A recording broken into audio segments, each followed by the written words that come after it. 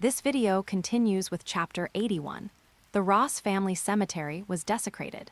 Marvel, Awakening the Universe. Chapter 81. The Ross family cemetery was desecrated. Chapter 81. The Ross family cemetery was desecrated. Bonus chapter for first 3,000 subscriptions.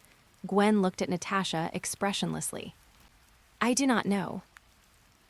Natasha looked at Gwen, who was looking at her calmly, and said in a deep voice, "We really didn't do what happened last night. If we wanted to find you, we would have come a long time ago. Why wait until now?" Gwen ignored Natasha's words. "Are you here to arrest me?" "No." The words just fell. Gwen opened the car door and got out. Natasha also opened the passenger door, got out, and looked at Gwen, who was closing the driver's door opposite. Gwen's voice was calm. "Thank you for driving the car over for me." "Gwen." Natasha frowned and looked at Gwen, who turned around and walked into the house without looking back after saying this.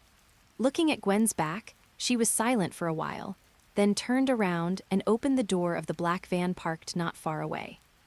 As soon as she got in the car and closed the door, Natasha immediately contacted Maria Hill, who was in charge of the situation at the SHIELD Triplanet.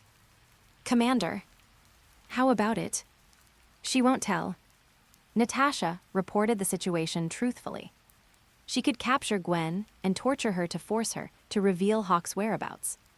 But when Natasha saw Gwen, she thought of the scene that day when she was hit with a stick and woke up to find that she was not dead. She ruled out this option in just a moment. Maria Hill didn't seem surprised when she heard Natasha's answer. She said directly, "No need to ask.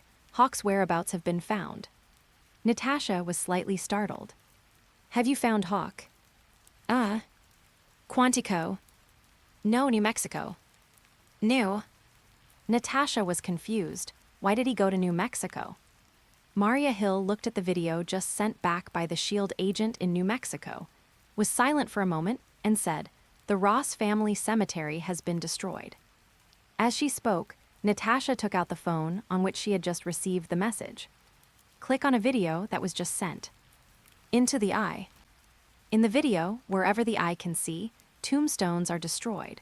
Graves are like bombarded by artillery shells, and exploded coffins and various debris almost fill the entire cemetery. Not to mention Ross Manor in front of the cemetery. After the video footage turned, the manor, which had been decorated extremely luxuriously, had become dilapidated and completely turned into ruins. Natasha was shocked. Agents in New York have just confirmed that Hawke's sister Anna's grave has been slightly damaged. This is likely due to last night's battle. If nothing unexpected happens, the destruction of Ross Manor and the Ross family cemetery is Hawke's revenge. Hiss.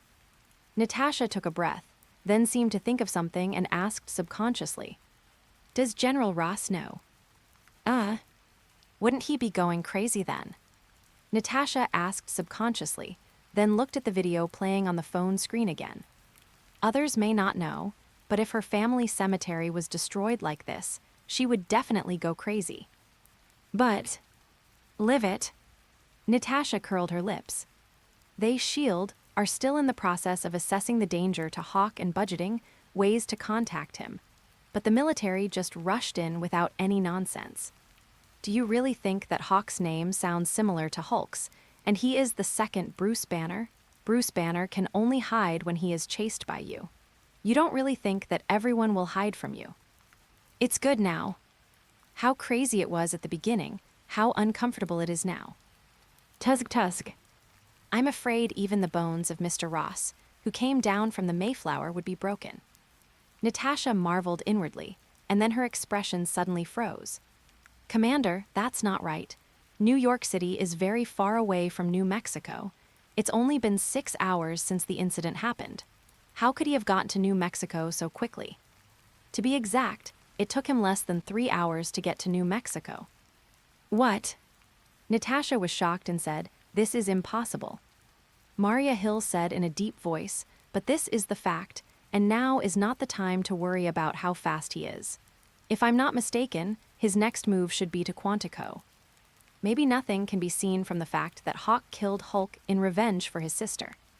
But after the Ross family cemetery was blown up, one thing was almost obvious. Hawk will take revenge. And so, he even destroyed the Ross family cemetery. So how could he let go of Thaddeus Ross, who supported last night's action? Although S.H.I.E.L.D. once again lost track of Hawk. But Maria Hill was very sure about Hawk's next move. It's Quantico. Natasha frowned as she listened to Maria Hill's speculation. Then stay over there. Okay. Maria Hill said in a deep voice, see if you can stay with Gwen until this matter is over. Natasha raised an eyebrow. Commander, you mean? I'm not sure yet, but it's better to be safe than sorry. Oh, and don't mention this to anyone, understand? Okay then. Natasha nodded, raised her eyes, and glanced at the 3 S.H.I.E.L.D. agents who were doing their jobs in the van. Maria Hill seemed to know what Natasha was about to say and shook her head. The people we're sending this time are agents that Victoria and I trust. They'll be responsible for perimeter security until this matter is over. Natasha suddenly realized. Okay, Commander. Bye. Maria Hill, who was in the office of S.H.I.E.L.D.'s headquarters, hung up her phone and put it aside after saying this. Then she leaned back in her chair and subconsciously massaged her trigeminal nerve with her hand. She originally planned to let Natasha withdraw. But just when she was about to ask Natasha to withdraw, for some reason, her heart suddenly skipped a beat, and then she remembered something, so she changed her mind and asked Natasha to stay and protect Gwen. Because she felt that the military might use Gwen as bait in case they couldn't defeat Hawk head-on. This is not an illusion, but a judgment based on her experience serving in the army and as an intelligence officer. The military will do anything to win the war. And this is a war. So the girlfriend Hulk dated back then was named Betty Ross, who was General Ross's daughter. If it were any other girlfriend, Ross would probably have kidnapped Hulk's girlfriend and set a trap for Hulk to walk right into it. Now Hawk has also visited General Ross's family cemetery. And so, just in case, we have to take precautions. And also, after Maria Hill finished thinking about General Ross, another name appeared in her mind. She subconsciously looked up and looked towards the office of Nick Fury, the director of S.H.I.E.L.D. Her intuition told her that Nick Fury was also involved in the military's sudden attack on Hawk. After all, among the 77 federal soldiers found at the scene, the identity of one soldier was detected by New York S.H.I.E.L.D. as a fake. The corpse was not a military soldier, but a S.H.I.E.L.D. soldier. Few people within S.H.I.E.L.D. knew of Hawk's existence.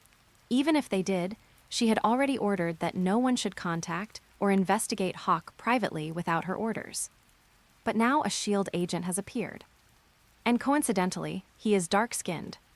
Maria Hill seriously suspected that the black agent who died on the battlefield in New York was sent by Nick Fury. The reason is simple. Yesterday afternoon, the Security Council suddenly announced that Nick Fury's operational authority would be unfrozen. Action permissions were unfrozen in the afternoon. The military launched an attack at night. Is there no necessary connection between the two? Is it possible? Just as Maria Hill frowned, wondering what she was thinking, the phone on the table rang. Hey, Commander, we've spotted someone suspected of being Hawk. Upon hearing this, Maria Hill immediately stood up and left the office. Happen. The door of the office opposite also opened. Nick Fury, whose mobility had been restored, walked out. Maria Hill did not wait, but took the commander's elevator directly down to the Combat Command Center.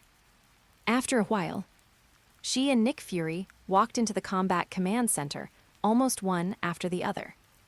Huo, where is that damn criminal now? Before Maria Hill could speak, Nick Fury, who had successfully staged a comeback, came over from behind. His voice had returned to its former resounding strength, and as he passed by Maria Hill, he laughed and said, "Sorry, this is not wartime." Maria Hill smiled formulaically and said nothing. She is the Deputy Director and Wartime Commander of S.H.I.E.L.D. Simply put, Only when SHIELD enters a wartime state will her authority automatically surpass Nick Fury's. But normally, Nick Fury, whose authority to act has been revoked, has more say than her as the director of SHIELD. Director. A figure suspected to be Hawk was just spotted in Maryland. Retrieve it. The SHIELD agent nodded, and then a photo that seemed to be taken by an ATM machine appeared on the big screen. But Hawk's shadow in this photo was almost leaving an afterimage. Nick Fury looked at the photo and regained his authority to act, and also resumed his catchphrase. WTF, are there any other photos? No. Analyze his purpose. Sir, a SHIELD agent who was sitting in front of the big screen seemed to have just received some important information. He turned his head to see Nick Fury and Maria Hill reporting loudly. 5 seconds ago, there was an explosion at the Quantico military base.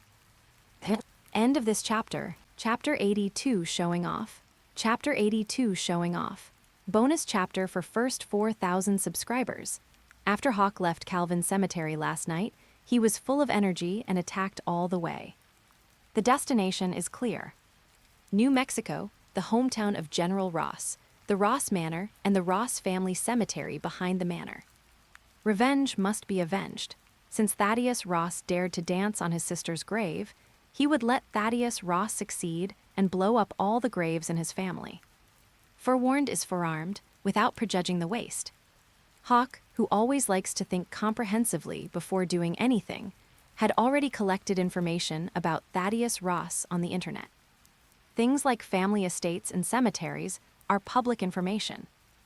And so, with his inner strength fully activated, Hawk rushed all the way to New Mexico. After visiting the Ross family cemetery, he turned around again and rushed towards Quantico. It had taken him less than 3 hours to storm from the east to New Mexico in the west, and now it had taken him another 3 hours to storm from the west to Quantico in the east. Simply destroying the Ross family cemetery did not dissipate Hawk's anger. Instead, it made his anger grow even more. On the one hand, Thaddeus Ross sent people to try to dance in front of his sister's grave, which made him sentence Ross to death in his heart. Ross is dead, the kind that even Jesus can't stop him. On the other hand, Hawk wanted to solve the problem once and for all, to make an example of someone and prevent future troubles. He is kind, but he doesn't want others to mistake his kindness for weakness and provoke him. Hawk didn't have the time for Roswell to play such silly games with them. He is very busy. Zhenjin. Find the entrance to hell. And also, Reality Gem. Just now, when Hawk was spending Christmas with his sister Anna, he was already thinking about whether he should go to school after the new year.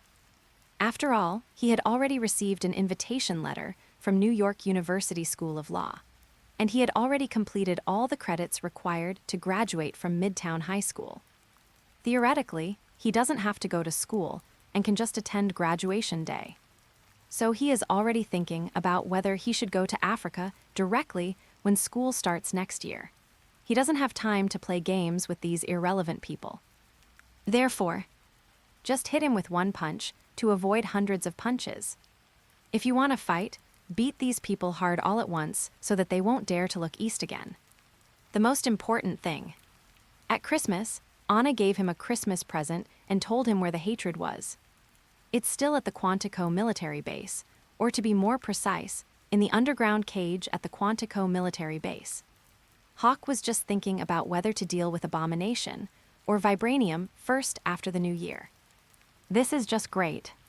No need to think about it. Quantico has already thought of it for him and even found a reason for him.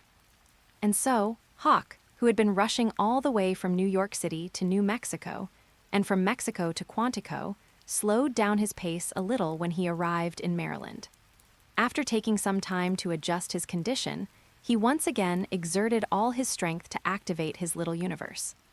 5 seconds ago, Hawk, who came with rage, jumped up from the hillside behind the Quantico military base, looked down at the Quantico military base below, and with his roar that resounded throughout the entire Quantico military base, he threw the most powerful punch he had ever thrown after 6 hours of anger. Thaddeus Ross. Come out and die.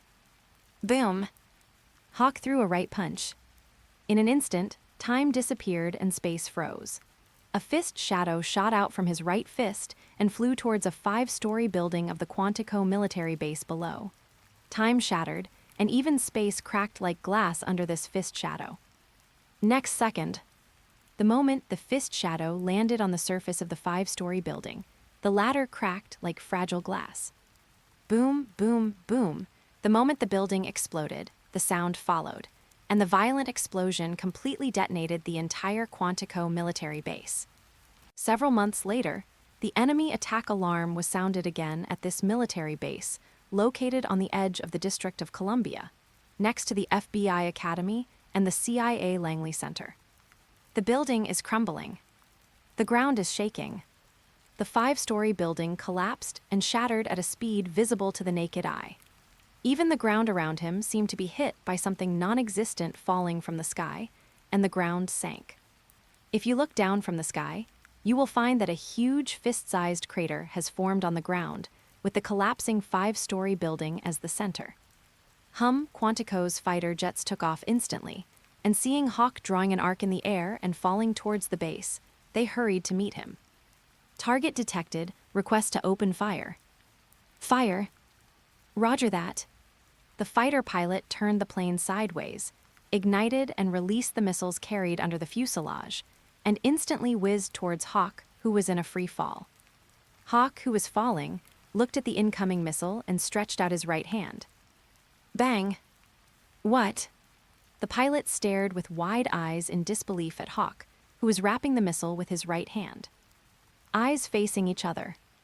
Hawk looked at the pilot in the fighter jet, the corners of his mouth curled up, and when the plane landed, he suddenly squeezed the missile with his right hand. Boom, the missile was launched, a brilliant flash of fire instantly engulfing the Hawk before it soared into the sky. The fighter pilot's face lit up with joy. Success. Oh. A streak of light shot out from the ground like a flame, and in the blink of an eye it reached the front of the fighter. With a thud from the nose of the plane, the pilot, who still had an expression of surprise on his face, looked at the scene in front of him with his pupils as if an earthquake had occurred. Hawk jumped directly onto the nose of the fighter plane and gave a wicked smile to the pilot who was looking at him. The driver subconsciously turned the emergency escape device next to him with his right hand. But Hawk's punches were faster.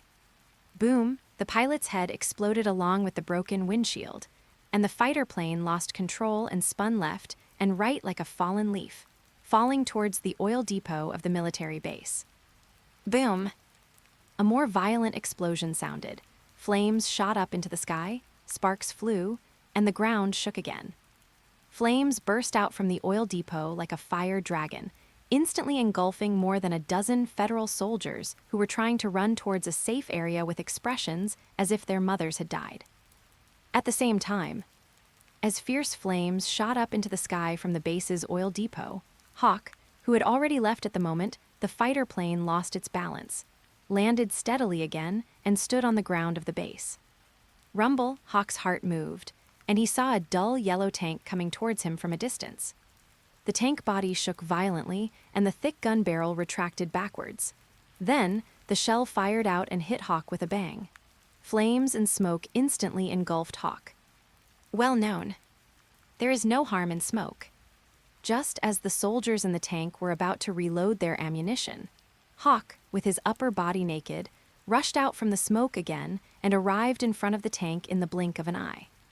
Hawk crushed the tank's gun barrel with his left hand, and at the same time, he punched the tank's body with his right fist under the gaze of the tank's observation window. The tank was not blown away. Hawk's fist was like hitting a piece of tofu, and in a breath his entire arm was completely immersed in it. Then he opened his right hand and grabbed the confused driver inside. Next second, Hawk dragged the pilot back, and after a series of hissing sounds like pork being squeezed, a head that looked like it had been cut into pieces was pulled out. It turns out that the tank body may be a piece of tofu to him, but not for others. The other soldiers in the tank stared with wide eyes at the inhuman scene happening right before their eyes. They went completely crazy when they recalled the image of a person being squeezed out of a fist-sized hole. They are really crazy. At this time, call out. An air-to-ground missile came in, making a sidewinder sound, and hit the tank in front of Hawk directly. The exploded tank jumped up on the spot and was covered with flames. Hawk looked up. Another fighter jet, but this one was very smart. After launching the missile, it did not stop at all, but maneuvered and roared away from its original position. Rumble inside the tank warehouse of the base. With the sound of tracks rumbling, one dead yellow tank after another drove over from not far away and then dispersed. But the muzzles of these tanks, without exception, were aimed at Hawk. As the sound of breaking air rang out in the sky, 3 fighter jets that had just taken off arrived at the scene and opened fire first. 3 air-to-ground missiles were launched first. Bang, bang, bang, bang. The tank on the ground was shaking, and with the deafening sound of artillery shells being fired, several shells followed closely and attacked Hawk. Hawk scoffed. Call out. Booms, booms, boom. Explosion. Flame. Deep pit. And also, boom, a dead yellow tank made a deafening sound, then flew backwards with a loud bang and crashed into a barracks behind it. The barracks exploded. Immediately afterwards, the second, the third, the fourth. Hawk's figure moved among the tanks like a ghost. Do you think he will resist? What are you thinking about? Just now, Hawk was just showing off his toughness, using this method to tell these people that your weapons are useless to me. Now that hardness has been demonstrated, the next step is to show force. Wrong. It should be said that it is a show of power. Show off your military power and demonstrate your power. Hawk wanted to use this war to clearly tell these people an obvious fact.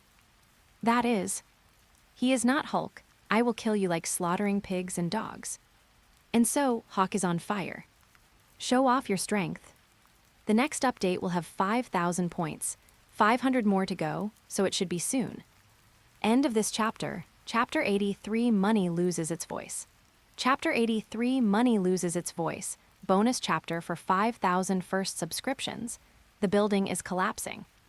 At the Quantico military base, buildings began to collapse as beams of black light pierced through one side of the building and then exited from the other side. The crowd was screaming. In the chaotic military base, especially in the family area of the base, countless men and women were screaming in panic as they were evacuating. The sky is crying too.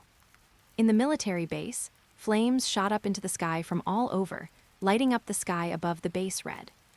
The earth was shaking too. The collapsed building fell to the ground with a loud roar, and the huge impact force caused the earth to crack. Only half an hour had passed since Hawk entered the scene, and this military base, which could be said to be located in the heart of the Federation, had become more like a battlefield than Afghanistan. The armored vehicles, which were priced in the millions, lay scattered on the ground, burning in flames and turning into scrap metal. The tank, which was priced at tens of millions, had its barrel broken and was also lying there with flames billowing out of it. Even fighter jets priced at hundreds of millions of dollars. There are no fighter jets left in the base, because every fighter jet has exploded and turned into a pile of scrap metal, just like the armored vehicles and tanks. Obviously, when violence speaks, money pales in comparison. Oh God. Shoot, shoot. Boom. Hawk expressionlessly slapped the soldier in front of him, who was screaming in fear and shooting at him, then lowered his eyes to glance at the white mark left by the bullet on his body, then looked up at the other soldiers in front of him. To be precise, it was the soldiers who dropped their weapons and fled. Hawk glanced, feeling the bullets shooting at him from behind, and the moment he turned around, his figure suddenly disappeared from the spot. What? Cracked. Hawk opened his right hand, exerted a little force, and crushed a soldier's head with an expressionless face. He ignored the blood splattering on his body and looked at another group of soldiers in front of him who dropped their weapons and chose to flee without any ripples in his eyes. He chose not to chase. Although Hawk can be said to be killing like crazy now, in the past half hour, It is conservatively estimated that the economic losses of the base have reached billions of US dollars. But Hawke can honestly say that so far, he has still stuck to his bottom line. He only kills those who try to kill him. After half an hour of contact, the soldiers at the base obviously noticed it. So when the armored vehicles caught fire, the tanks exploded and the fighter jets fell, when it was the soldiers' turn to take the stage. Except for a few soldiers who were confused and shot at Hawke, most of the soldiers just held their guns, and some didn't even turn on the safety. Therefore, when these soldiers saw Hawke appear in front of them, they felt that they had found a way out. They dropped their weapons, screamed, and turned around and ran. In a word, surrender without killing. Facts have also proved that Hawke did not make things difficult for these soldiers, who dropped their weapons and fled. He also doesn't want to commit more killing. Fair enough. Everyone is tacit. Anyway, he only came to the Quantico military base to do 3 things this time. Thaddeus Ross. Hate. And also, show off your power. At the moment, after Hawke killed more than a dozen soldiers who had shot at him, the sound of gunfire in the military base completely dissipated. Looking around, all that could be seen with the naked eye were the backs of soldiers who had thrown away their weapons and were fleeing in all directions. Obviously, that's enough showing off. There are only 2 things left. Hawke thought to himself as he tore off the soldier's uniform in his hand. He wiped the blood off his face with the uniform and walked expressionlessly towards the command center of the military base right in his sight. He walked slowly through the base that was in ruins and was constantly bursting into flames as if he was strolling in the garden. At this moment, there are few intact buildings in the entire base. Only the command center building was still intact. There was even a fighter plane that was about to crash into the command center building, and the building was about to collapse, but Hawke helped kick the fighter plane aside. This isn't Hawke being kind. But anyone who has ever eaten knows that staple dishes are, of course, the last things to be served and eaten. However, the people in the command center were not fools. After seeing Hawke kick the fighter plane away, they knew that Hawke intended to save them until the end and then kill them. They didn't sit idly by either. These people want to escape. Unfortunately, there is no escape. With all his 5 senses activated, Hawke gave no chance to the big shots in the command center to escape. The armored vehicles and tanks that fell less than 50 meters in front of the command center building were an example. Even so, the command center building is not an island. Quite the opposite. In front of the command center building, dozens of soldiers formed a human wall, holding the equality device and pointing it at Hawke. Clatter. Clatter. In this noisy yet silent military base, Hawke wiped the blood from his face and slowly walked towards them. His footsteps were clearly audible, and every time Hawke lifted his foot, a bloody footprint was left behind. The footprints came from far away and gradually got closer, and finally the footsteps stopped. Hawke stood in front of the military command center building, wiped the blood off his arm, threw the blood-stained clothes on his hand casually to his feet, and then stepped on the star-spangled logo on his military uniform with his right foot. The sound of the military uniform falling to the ground made the soldiers guarding the door tremble in their hearts. The sight of Hawke's right foot stepping on the stars and stripes made the soldiers guarding the door lose their morale. They aimed their weapons, the equalizer, at Hawke, who was unarmed, hands in his pockets, shirtless, revealing his incredibly powerful physique. But they dared not fire, even as the powerful figure behind them roared furiously through their earpieces. They are not stupid. If they had not run slowly and were not ordered by these bigwigs to protect them, they would have fled with the fleeing soldiers. Anyway, they didn't fire any shots, and they saw everything clearly from the doorway. As long as they dropped their guns, Hawke wouldn't make things difficult for them. And so, shot it's crazy, just a few bucks a month, why play with your life? They are soldiers of capital, not soldiers of faith. This means they haven't found a way to escape yet. At this time, Hawke chuckled as he looked at the soldiers who formed a human wall in front of him, trying to prevent him from entering, but whose weapons were in perfect harmony without even turning on the safety. Ah. Crash. What? God. Help. Just as they had rehearsed, the moment Hawk chuckled, the soldiers forming the human wall in front of him dropped their weapons at the same time and tacitly, then screamed, shouted, and disappeared in front of Hawk in a flash. A breeze blew. The door to the base command center has been opened. The bigwigs in the command center were completely dumbfounded when they saw this scene.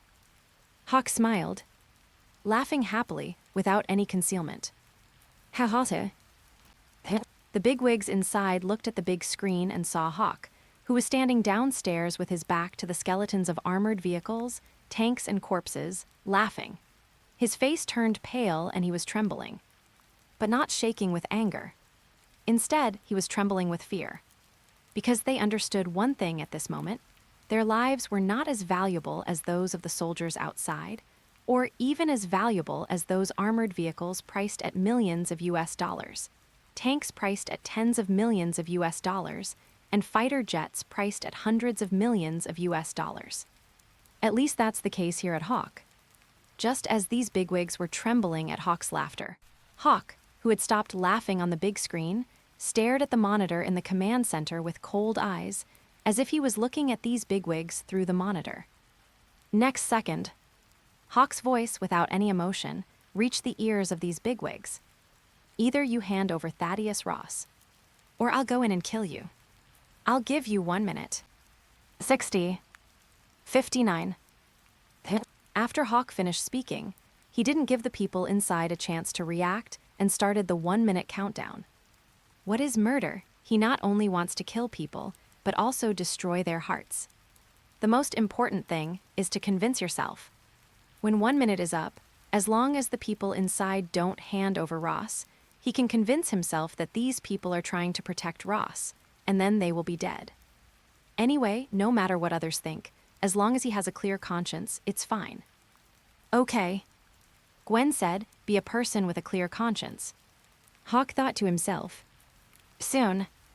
Just as he stood at the door of the command center with his hands in his pockets and began the final 20-second countdown with an expressionless face, roars, crying, shouts, and pushing sounds were heard from inside the building. Hawk raised an eyebrow. The corners of his mouth rose slightly, outlining a smile that looked like a mockery. Hawk did not stop his countdown, but when he counted to 8, he stopped on his own initiative. It's not because he made the choice, but because these bigwigs have already made the choice for him. Boom! Thaddeus Ross, who was originally majestic and looked like a human being and could turn Manhattan into a battlefield by capturing Hulk, has been pushed out by a big man who also looks like a human being. The gray-haired Ross accidentally fell on the stairs, then rolled down the stairs. With a subconscious scream, he finally stopped in front of Hawk. Ross struggled to his feet. At this time, boom! What? Hawk had already lifted his right foot and moved it from his military uniform to Ross's head. With a slight force, Ross once again lay down under his feet. He bent down slightly, squinted his eyes, and looked at the gray-white man under his feet. Thaddeus Ross. What? Ross, whose face was once pale, now turned red and roared, supporting himself on the ground with his hands, trying to save himself from Hawk's feet. Pity. It's in vain. End of this chapter. Chapter 84 Ross die, Abomination die. Chapter 84 Ross die, Abomination die. Bonus chapter for first 6,000 subscribers. Come to think of it, I forgot about you. If you hadn't been so dedicated to hunting down the Hulk, the Abomination wouldn't have come to New York City. If the Abomination doesn't reach New York City, he won't become the Abomination. Then there wouldn't be a fight between Hulk and Abomination. If there hadn't been that battle. My sister won't die. Hawk stepped on Ross, making him unable to move, while looking at Ross under his feet, muttering. Next second, he smiled. It's okay to forget. Hawk smiled slightly, looked at General Ross at his feet, and said softly, Thank you for reminding me of your involvement in this. General Ross, who was still struggling on his feet, stopped struggling after hearing Hawk's words, perhaps realizing something. Hawk's eyes were cold. Live. Puffed. As Hawk's right foot landed on the ground, a blood-red color like watermelon juice began to spread under Hawk's pair of sky blue sneakers, which were also worth no more than $30, but had been worn for many years and were extremely cherished. Thaddeus Ross. Dead? No nonsense. Hawk had no intention of listening to Ross's nonsense, and he was too lazy to even give General Ross a chance to talk nonsense. Just die. Where does all this nonsense come from? Behind. Maria Hill, who had just arrived at the scene after rushing from Sanfei Ornament, couldn't help but fix her eyes on the sky blue sneakers that crushed General Ross's head. Hawk retracted his right foot and rubbed the sole of his shoe back and forth on the military uniform thrown on the ground. Then he ignored the headless corpse in front of him and turned to look at the person who came. A face with clear contours and distinct lines. Ice blue eyes as sharp as a hawk's. Well-cut, tightly fitting dark Aegis combat uniform. A name popped up in Hawk's mind. Aegis. Maria Hill. Maria Hill came back to her senses, met Hawk's gaze, and took a deep breath. Hawk. It's me. Hawk put his hands in his pockets and smiled slightly at Maria Hill, who dared to come to the meeting alone despite his show of force. What's up? You've already killed General Ross. Now. It's his damn right. Hawk narrowed his eyes and interrupted Maria Hill. Ms. Hill, if your sister died, what would you do? Maria Hill paused when she heard this, and instead of responding, she looked back at Hawk. Rose is dead. What are you going to do next? Next. Correct. Maria Hill nodded and looked at Hawk. She had been cursing Nick Fury in her heart all the way. They had seen clearly from within S.H.I.E.L.D. the scene of Hawk punching tanks, kicking fighter jets, and showing off his might at the military base. Logically speaking, it should have been Nick Fury who came here, not her. No matter how Nick Fury was reinstated. After Nick Fury was reinstated, as long as a state of war was not declared, her authority would be lower than that of Nick Fury. But what about the results? Nick Fury ran away. No phone calls are answered, no text messages are replied, and satellite positioning shows no such person. Good guy. There was no other way. With the director of S.H.I.E.L.D. out of contact, Maria Hill had no choice but to go ahead. But she was now certain of one thing. There must be a connection between Nick Fury's reinstatement and Thaddeus Ross's accurate finding of Hawk. Perhaps Nick Fury revealed Hawk's information to Ross in exchange for Ross's support for his reinstatement. Pity. Now Ross is dead. Maria Hill thought to herself, glancing at the headless corpse at Hawk's feet, but quickly looked away. Without him. Too disgusting. Hawk smiled and shook his head when Maria Hill said next, then said with a smile, Ms. Hill, what happens next is not up to me, but up to you. Maria Hill heard this and looked at Hawk. Rose is dead, you can leave now. Not enough. What? Hand over the abomination. Hawk shook his head expressionlessly. He understood what Maria Hill said. Ross is dead, and he can leave now. Just pretend that what happened today never happened. But how can that be possible? Ross is dead, but Abomination is still alive. Hawk glanced sideways at the important figures at the command building's entrance, who were neither in nor out, and said expressionlessly, You still have 1 minute.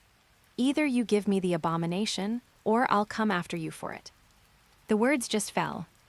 Those bigwigs became agitated. Damn it, disgusting. In the underground cage, release him, release him. Quick, let him out. It's too late, there are only 30 seconds left.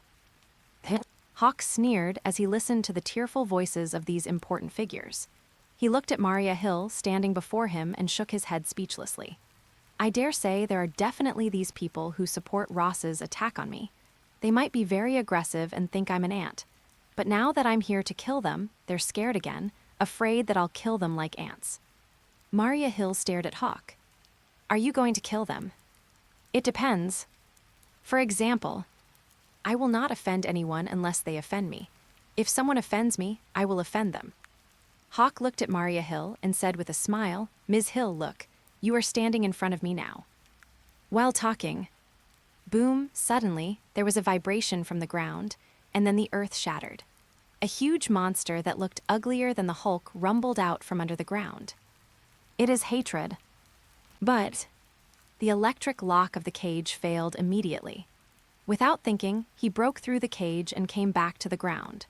Just as he was about to roar and swear that he was back, he looked at the burning armored vehicles, exploding tanks, broken fighter planes, and countless ruins and corpses around him, and he couldn't help but stand there in a daze.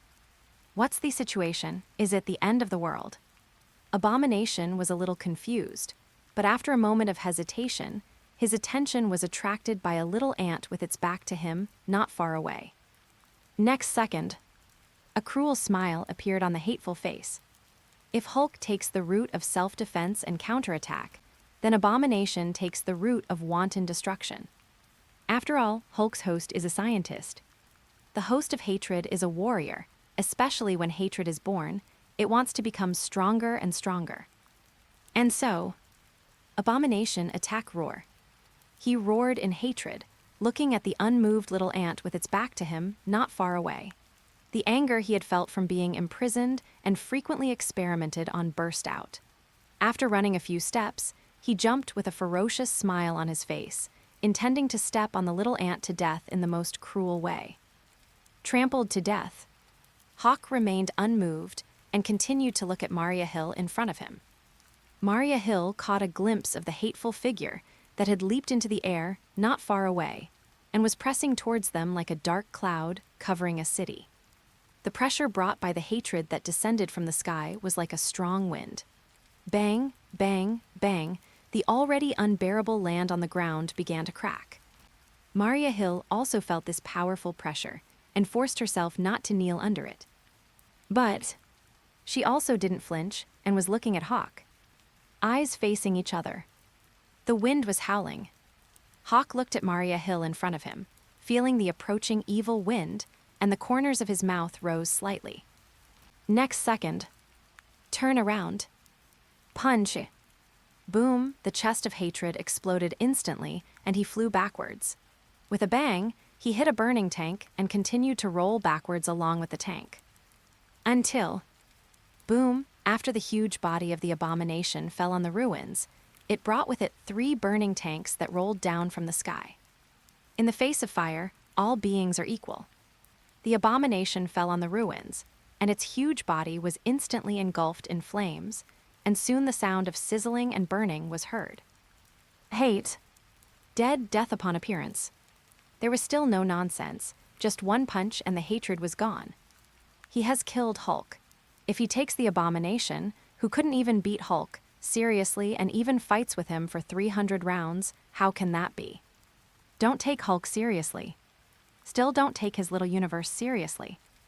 Unlike Hulk, even until the Abomination's huge body was engulfed in flames, the Abomination did not return to its original form. After all, Bruce Banner was exposed to excessive gamma radiation, which gave rise to the Hulk. But what he hated was that Emil Bronsky took the gamma serum and injected it directly into his Yorda. Simply put, Hatred and Emil Bronsky had long since become one and the same. Abomination is Emil Bronsky. Emil Bronsky was disgust. After turning around and throwing a punch, Hawk didn't bother to look at Abomination again and continued to look at Maria Hill in front of him. He was more interested in Maria Hill than he hated her. Maria Hill replayed the scene in her mind of Hawk calmly killing Abomination with a single punch, but she kept a calm expression as she looked at Hawk. What's next? What do you think? Hawk put his hands back in his pockets and looked calmly at Maria Hill. Maria Hill met Hawk's eyes, thoughts racing through her mind. Hulk is dead, Abomination is dead, and Ross is dead. The 3 people involved in your sister's death are now dead. Yes. Let's go back. Hawk burst into laughter when he heard Maria Hill's words. The laughter was sarcastic. Maria Hill's heart skipped a beat. The bigwigs who were crowded not far away, unable to advance or retreat, were trembling with fear at Hawk's laughter. End of this chapter, Chapter 85. and hash 039, LL be waiting for you in New York.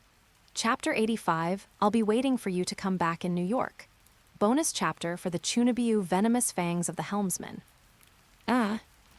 Go back. I rushed all the way from New York to New Mexico, visited the Ross family cemetery, and then rushed all the way from New Mexico to here. What do you think I'm doing here? Am I free? They started this war, not me. They have the final say on when the war starts, but it's not their turn to decide when the war ends. It's mine.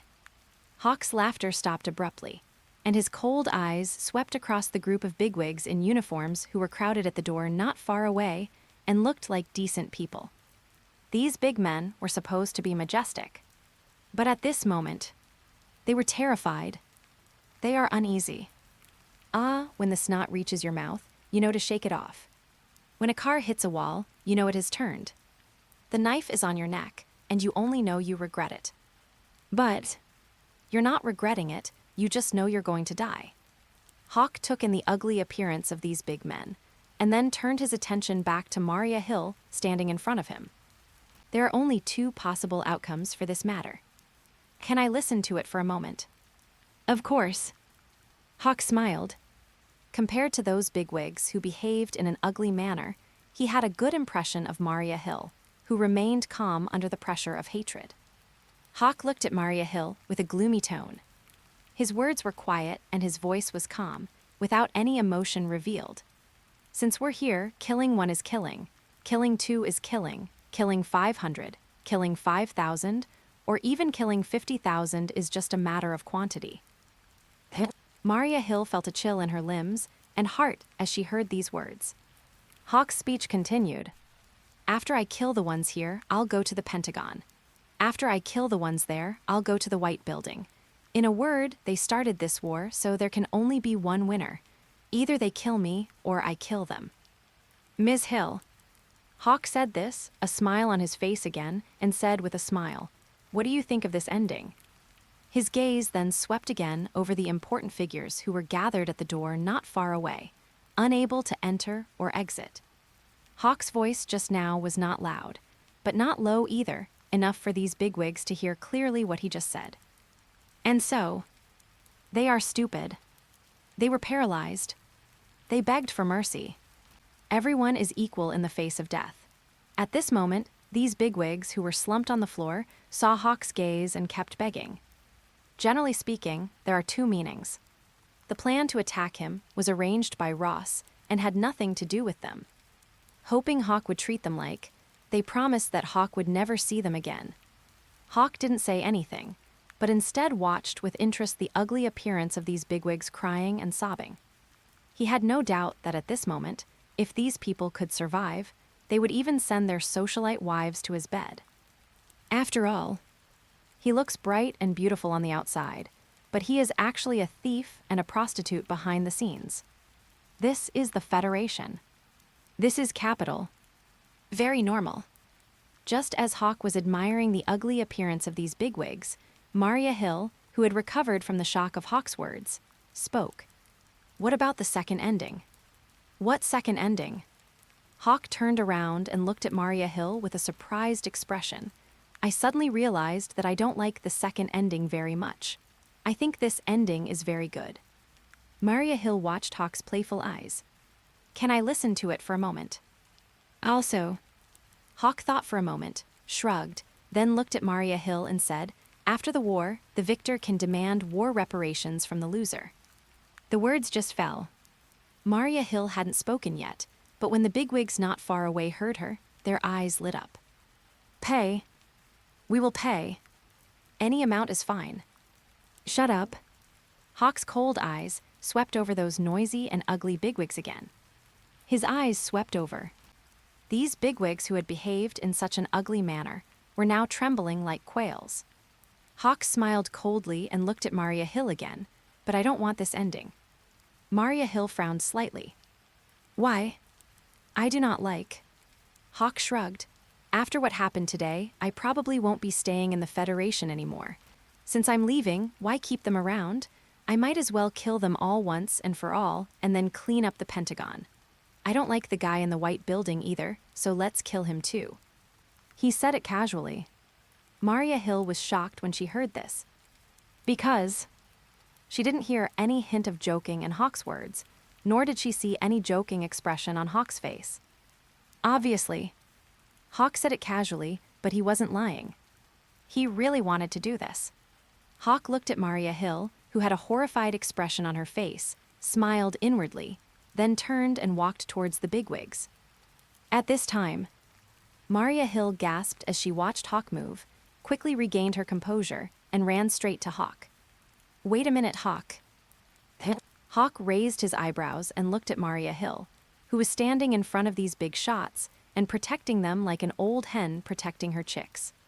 Maria Hill's voice was urgent. This matter will not be known to the outside world. Is it? Yes.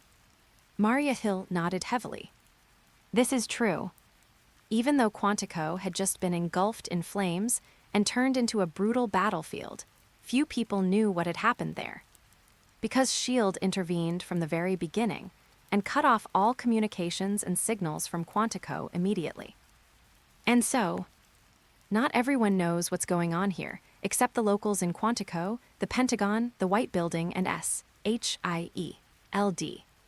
At this moment, people in Washington, let alone other places, still thought that today was just another ordinary holiday. Hawk listened to Maria Hill's words, and a thoughtful expression appeared on his face. But Hawk finished his thought and shook his head at Maria Hill. Not enough.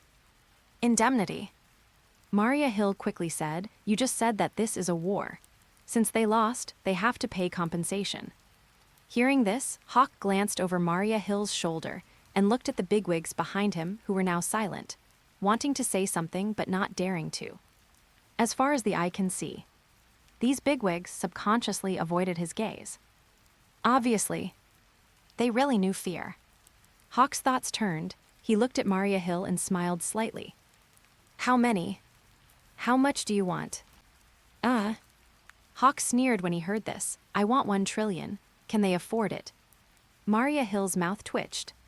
Hawk shook his head, his tone calm. 1 million, maybe. Everyone. Maria Hill subconsciously turned her head to look at the more than 30 important figures behind her who were trembling like quails. 10 minutes later, Hawk looked away as he saw the balance of his account at Stark Bank displayed on the tablet interface handed to him by Maria Hill. He looked at those big shots who, after transferring the money, all looked at him with pleading and longing eyes. Roll. Hey, let's get out of here right now. Go quickly, go quickly. Thanks. In just a blink of an eye, 33 bigwigs, pushing, cheering, and thanking, disappeared from Hawk's sight. Soon, in such a huge military base, there are only 2 people left.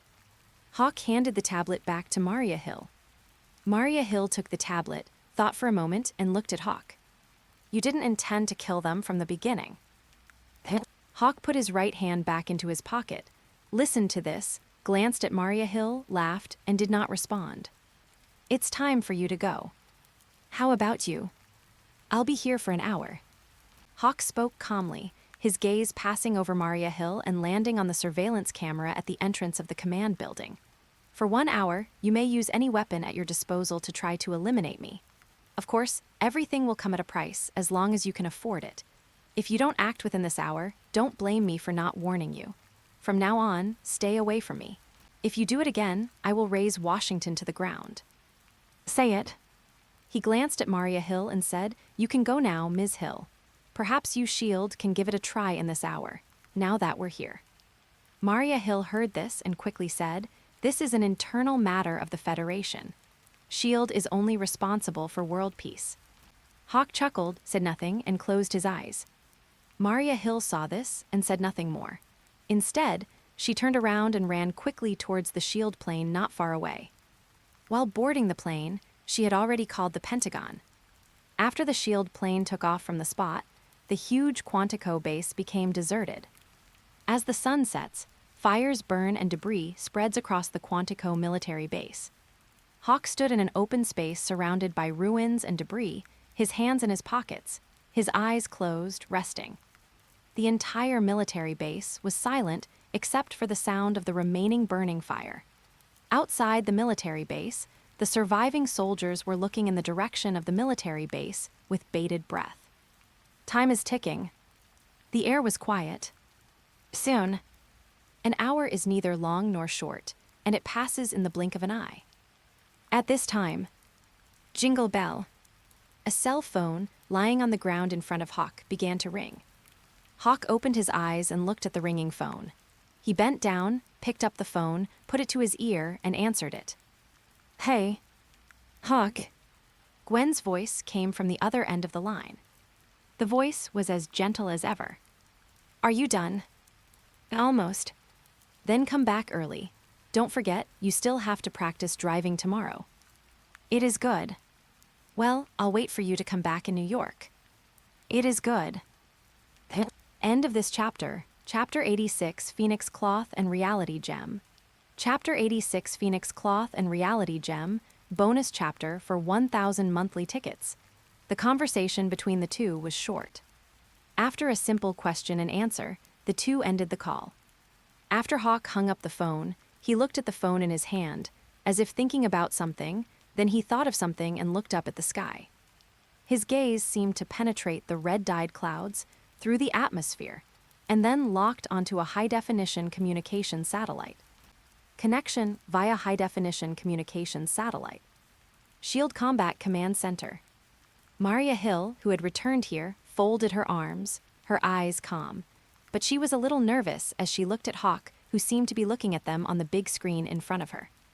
She worried that Hawk would interpret the call as a threat. In fact, this is not a threat. This is a compromise. Go back to New York City and pretend that what happened today never happened. No way. There are hawkish generals in the Pentagon who are clamoring to drop a nuclear bomb on Hawk. But it would be fine if it succeeded, but what if it failed? Who will bear the cost of failure? When the hawkish general heard that he would be blamed if the country failed, he immediately fell silent. He can be tough, but refuses to take the blame. After all, if they dare to do it, Hawk will really kill. They dare not gamble. The most important thing. They couldn't gamble either. After all, the scene of General Ross lying on the floor like a dead dog, with not even his head left, was right in front of them. None of the Pentagon's generals wants to be next. So pretending to be dead became the only option. But even though he pretended to be dead, Hawk still stayed in the Quantico military base. Now, the Pentagon has thought of Maria Hill. Maria Hill looked at Hawk on the big screen, his gaze looking through the satellite as if he was looking at her. She took out her phone and dialed. Hawk looked up at the sky, then put his phone to his ear as it rang again. Hey, Hawk. Reason.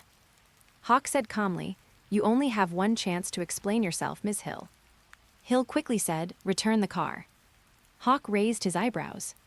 Hawk's expression was clearly visible under the high-definition communication satellite. Hill calmed down and quickly told Gwen that Natasha Romanoff went to New York City today to return the repaired car to her. Of course. It also mentioned that after Hawk left New York City, in order to prevent the military from capturing Gwen and threatening Hawk, he asked Natasha to stay there just in case. Except for the fact that she suspected that this incident was most likely caused by Nick Fury's collusion with General Ross. She said everything else. She has no evidence for this matter yet. But she would find out. Maria Hill thought so in her heart. Hawk listened to Hill's explanation in silence for a while, then withdrew his gaze from the sky. Thank you. You're welcome. Hill breathed a sigh of relief after hearing the thank you, and then seemed to think of something. I can arrange a flight to take you back to New York City. Okay, thank you. Hawk thought about it and did not refuse. Instead, after hanging up the phone, he looked at the only intact building in the entire base and took a deep breath. His right foot retreated slightly, and the moment it landed, the stone slab under his feet instantly cracked. Next second, boom, the moment Hawk threw his right fist, countless panes of glass in the building before him could be seen shattering one after another. In the blink of an eye, the entire building shattered and collapsed. From the moment the rumbling smoke and dust appeared, there was no intact building left in the entire Quantico military base, and it was completely reduced to ruins. Maria Hill looked at the scene in front of her through the satellite screen, her eyebrows twitching. The hawkish generals in the Pentagon watched this scene with horror. Nick Fury, who had left SHIELD and was in a secret room, was also watching this scene with a strange light flashing in his one eye. After half an hour, after the SHIELD plane took off from the Quantico military base again, the soldiers who had been waiting outside the base did not re-enter the base until the plane completely disappeared from everyone's sight. Look around. The earth cracked and buildings collapsed. The burnt armored vehicles, tanks, fighter planes, and corpses scattered all over the ground looked like the end of the world. But what attracted the most attention was the corpse of a huge monster lying on the ruins, completely burned to charcoal. This is hate. Where's his head? Where's the head of the Abomination? After Hawk left, some soldiers who had grown braver again came to the body of the Abomination. Looking at the headless body of the Abomination, they couldn't help but look at each other. Next second, these soldiers seemed to have thought of something, and they all looked up at the same time, looking in the direction where the SHIELD plane had just disappeared. Thousands of miles high in the sky. Hawk sat on the soft sofa, looking at the hateful head in front of him. After being burned by the fire, it looked even more charred and hideous. He shook his head, turned his head up, and threw it into the trash can beside him. He originally wanted to take the head back to his sister's grave and give it to her. But his sister is very timid. When she was little, she would hide in his arms when she saw a mouse. Bringing such an ugly gift would probably scare his sister Anya to tears. And so, forget it. Don't scare Anya to tears. Even if she was scared to tears before, her sister was still alive and could be coaxed. His sister is in hell now. If he scares her and makes her cry, he won't be able to comfort her for a while even if he wants to. Hawk thought to himself, only. When he thought of his sister, who was still waiting for him to rescue her in hell, he became more and more eager to go to hell. After the Battle of Quantico, Hawk has a clear and complete understanding of his current strength. In a word, I am invincible in this world, but, unrivaled under heaven, an enemy descends from the sky. Mephisto, the Lord of the Hell Dimension, is not a human being. He is God, dimensional God. Hawk is not yet qualified to get what he wants from a dimensional God. Even if his little universe really exists in the Marvel universe, it won't work. After all, Mephisto is almost equivalent to Hades in the Saint Seiya universe. A saint who has just awakened, doesn't even have a holy armor, and hasn't even awakened his sixth sense, fights Hades as soon as he appears. I'm afraid that Saint Seiya has lost his mind. And so, the cloth is the key. And I also need the reality stone. With the reality stone, I can make my own little universe truly exist in the Marvel universe. That's the only way, and that's the only way. I can go to hell and find my sister. Hawk's thoughts flashed quickly in his mind as he figured out what he needed to do next. The vestment is the key. Moreover, he has found 2 materials for the holy clothes, and the only missing one is orichalcum, which is called vibranium in the Marvel universe. As long as the vibranium is obtained, the Phoenix cloth can be made. By then, even if his little universe has not yet been truly projected into the Marvel universe, he should be able to fight against Thor after putting on the holy clothes. After all, the story of the Reality Stone happened in Thor 2. It should be next year, the second half of the year. Hawk thought to himself. At this time, the door of the special planes opened and a female SHIELD agent walked out. Sharon Carter.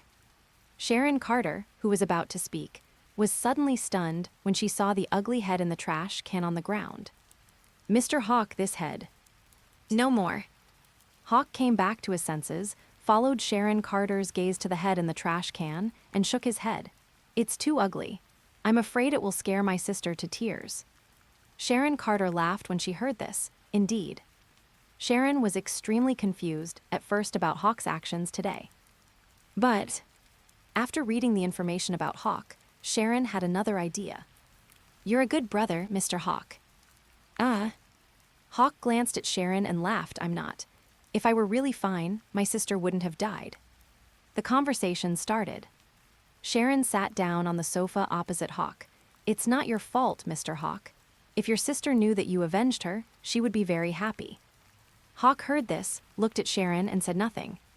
Sharon's heart skipped a beat and she blinked. "What's wrong, Mr. Hawk? Did I say something wrong?" "No." Hawk shook his head and looked away. "So, you agree with what I'm doing?" Sharon smiled and said, "From a professional perspective, I have no opinion, but from a personal perspective, I agree. However, if I had a brother, if I died, I would hope that my brother could live a happy life and not live in hatred." Hawk returned his gaze to Sharon. Eyes facing each other. Hawk smiled. "I do not like." "Okay. It is God's business to forgive my enemies. I prefer to send them to God." "Understood." Sharon was stunned when she heard this, then nodded thoughtfully, then looked at Hawk and said jokingly, "Then I hope I will never become an enemy of Mr. Hawk in the future." Hawk laughed and looked at Sharon. "I won't offend anyone unless they offend me." "Understood." Sharon raised her eyebrows, nodded again with a smile, and shrugged. "So, what are your plans after returning to New York City, Mr. Hawk?" Hawk seemed to have thought of something and looked at Sharon. "Learn to drive." "Learning to drive." Hawk nodded. "Then I will move to a new home for my sister." "He has money now." "A lot of money." After half an hour, the SHIELD special plane landed steadily at an airport outside New York. When Hawk walked out of the cabin, he saw his girlfriend standing next to the restored yellow Corolla not far away. She was wearing a yellow wool coat, with her arms folded, looking at him with a gentle smile. Hawk got off the plane and walked over. Eyes facing each other. "I am back." Gwen smiled brightly. "Go home." "Back." "Let's go get in the car." "Should I drive?" "No, you haven't got your driver's license yet. If you get caught, George might take you to court." "Will you plead for me?" "Hawk." "Okay.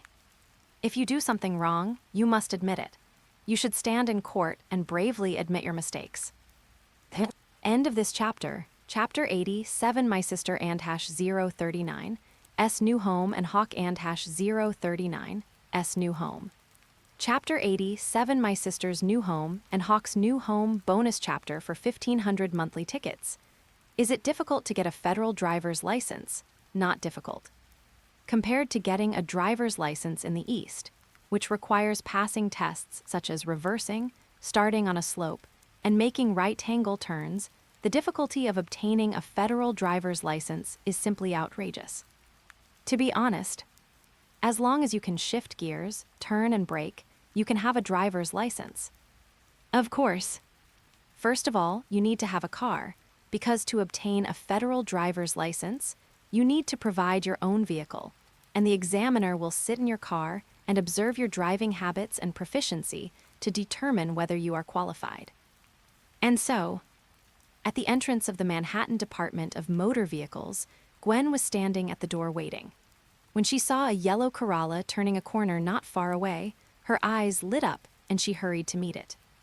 Hawk unbuckled his seatbelt and got out. The examiner in charge of his test also got out of the passenger seat. Gwen walked over to Hawk and asked in a low voice, while looking at the examiner who was writing and drawing on the assessment record. "How about it?" "Should be no problem." Hawk whispered back. He wasn't entirely sure, because he had just encountered a hippie who ran a red light when he turned around on 19th Avenue. Hawk braked. Actually, he wanted to step on the gas and take that hippie flying. But he hesitated, but then he glanced at the examiner's eyes, and it seemed that the examiner would prefer to see him lead the hippies to success. Hawk wasn't sure if it was an illusion.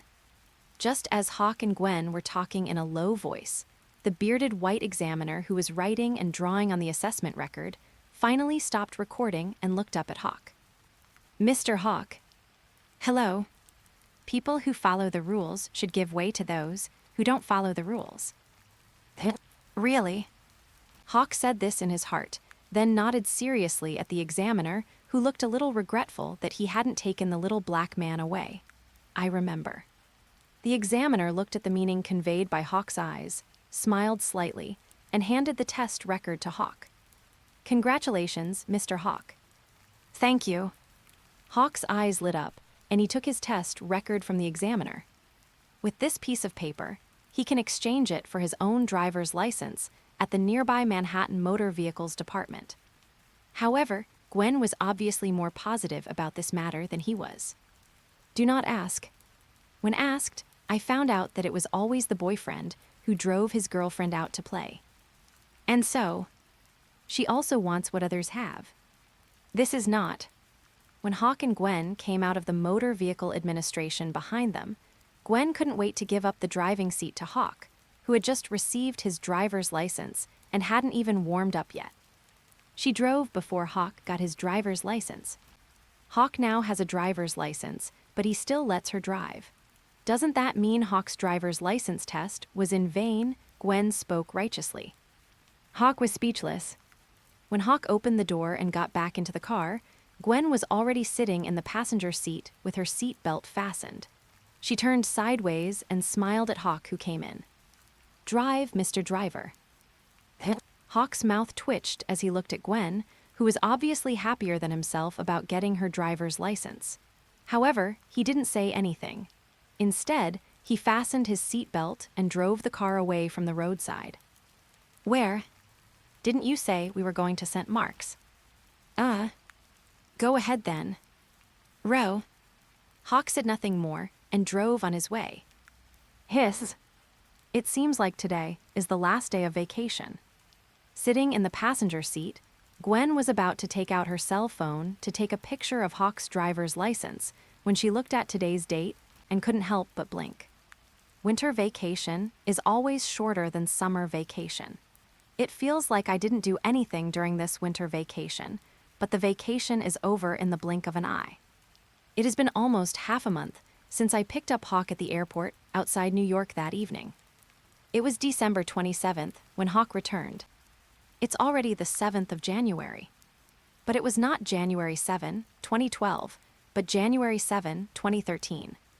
7 days ago, Hawke and Gwen both turned 18, officially reaching the legal marriage age in New York City. Unfortunately, the two of them didn't dare to go. Gwen might dare. Hawke didn't dare. He was afraid that as soon as he and Gwen came out of the city hall, George the sharpshooter Stacy would appear and shoot him 8 times in the back. Of course. Hawke will definitely not die, but George is uncertain. And so, in order to avoid such a tragedy, Hawke did not elope with Gwen and get married on the day he officially turned 18 7 days ago. After half an hour, St. Mark's Basilica, located near 2nd Avenue in Manhattan, St. Mark's Basilica, built in 1799, is a church with a strong sense of history and a famous landmark in New York City. But Hawke didn't come here to visit the church, but to help his sister move. We can no longer live at Calvin Cemetery. It's been almost 2 weeks since the military's rampage at Calvin Cemetery, and the cemetery remains a mess. Shattered tombstones are scattered everywhere. There was an endless stream of people marching. Too noisy. Not to mention, when Hawke came back that day, he had already decided to move his sister Anna to a new home. After all, he is rich. Besides, Gwen lives in Manhattan, and New York University is also in Manhattan, so he will have to move to Manhattan sooner or later. There was no reason for him to move to Manhattan alone and leave his sister in Queens. So these days, Hawke has been at home searching the internet for cemeteries in Manhattan. This is not. He found the St. Mark's Church Cemetery. Although the St. Mark's Church Cemetery is small, it is relatively quiet and shaded by trees. The first mayor of New York City is buried here. So this place is nice. Unfortunately, like Trinity Church Cemetery, St. Mark's Church Cemetery is basically no longer accepting new burials due to limited space and to prevent people from sleeping shoulder to shoulder. But this is New York City. In New York City, where money leads the way and rules take over. Ding! Thank you for your generous donation, Mr. Hawke, and God bless you. I hope he can bless my sister. Will do. The priest, with a smile on his face, stood in an open space in the cemetery, holding a POS machine in one hand and shaking hands enthusiastically with Hawke with the other. After Hawke agreed with the priest on the time to go to Calvin's cemetery tomorrow, he took Gwen away from the church. The priest smiled enthusiastically and watched Hawke and Gwen get into the car and leave. Gwen looked through the rearview mirror at the priest who was still standing at the church door, smiling and waving, and the corners of her mouth couldn't help but twitch. This priest is so enthusiastic. He must be enthusiastic, and he must be enthusiastic. Hawke, who had chosen a new home for his sister, was in high spirits. He laughed and said, "Believe it or not, if I donate $5 million, this priest will dare to dig up the tomb of New York's first mayor and give it to my sister." Faith. It's gone a long time ago. Ever since the Vatican set an example by liking little boys, there is no faith left. God has long since run away with his heavenly dimension. Gwen couldn't help but laugh when she heard Hawke's words. Then she remembered that she was still a believer, and she waved her little fist and hit Hawke in annoyance. "Don't talk nonsense, God will hear you. Didn't you say last time that you would go to hell with me?" Hawke glanced sideways at Gwen and said with a smile, "Why do you regret it?"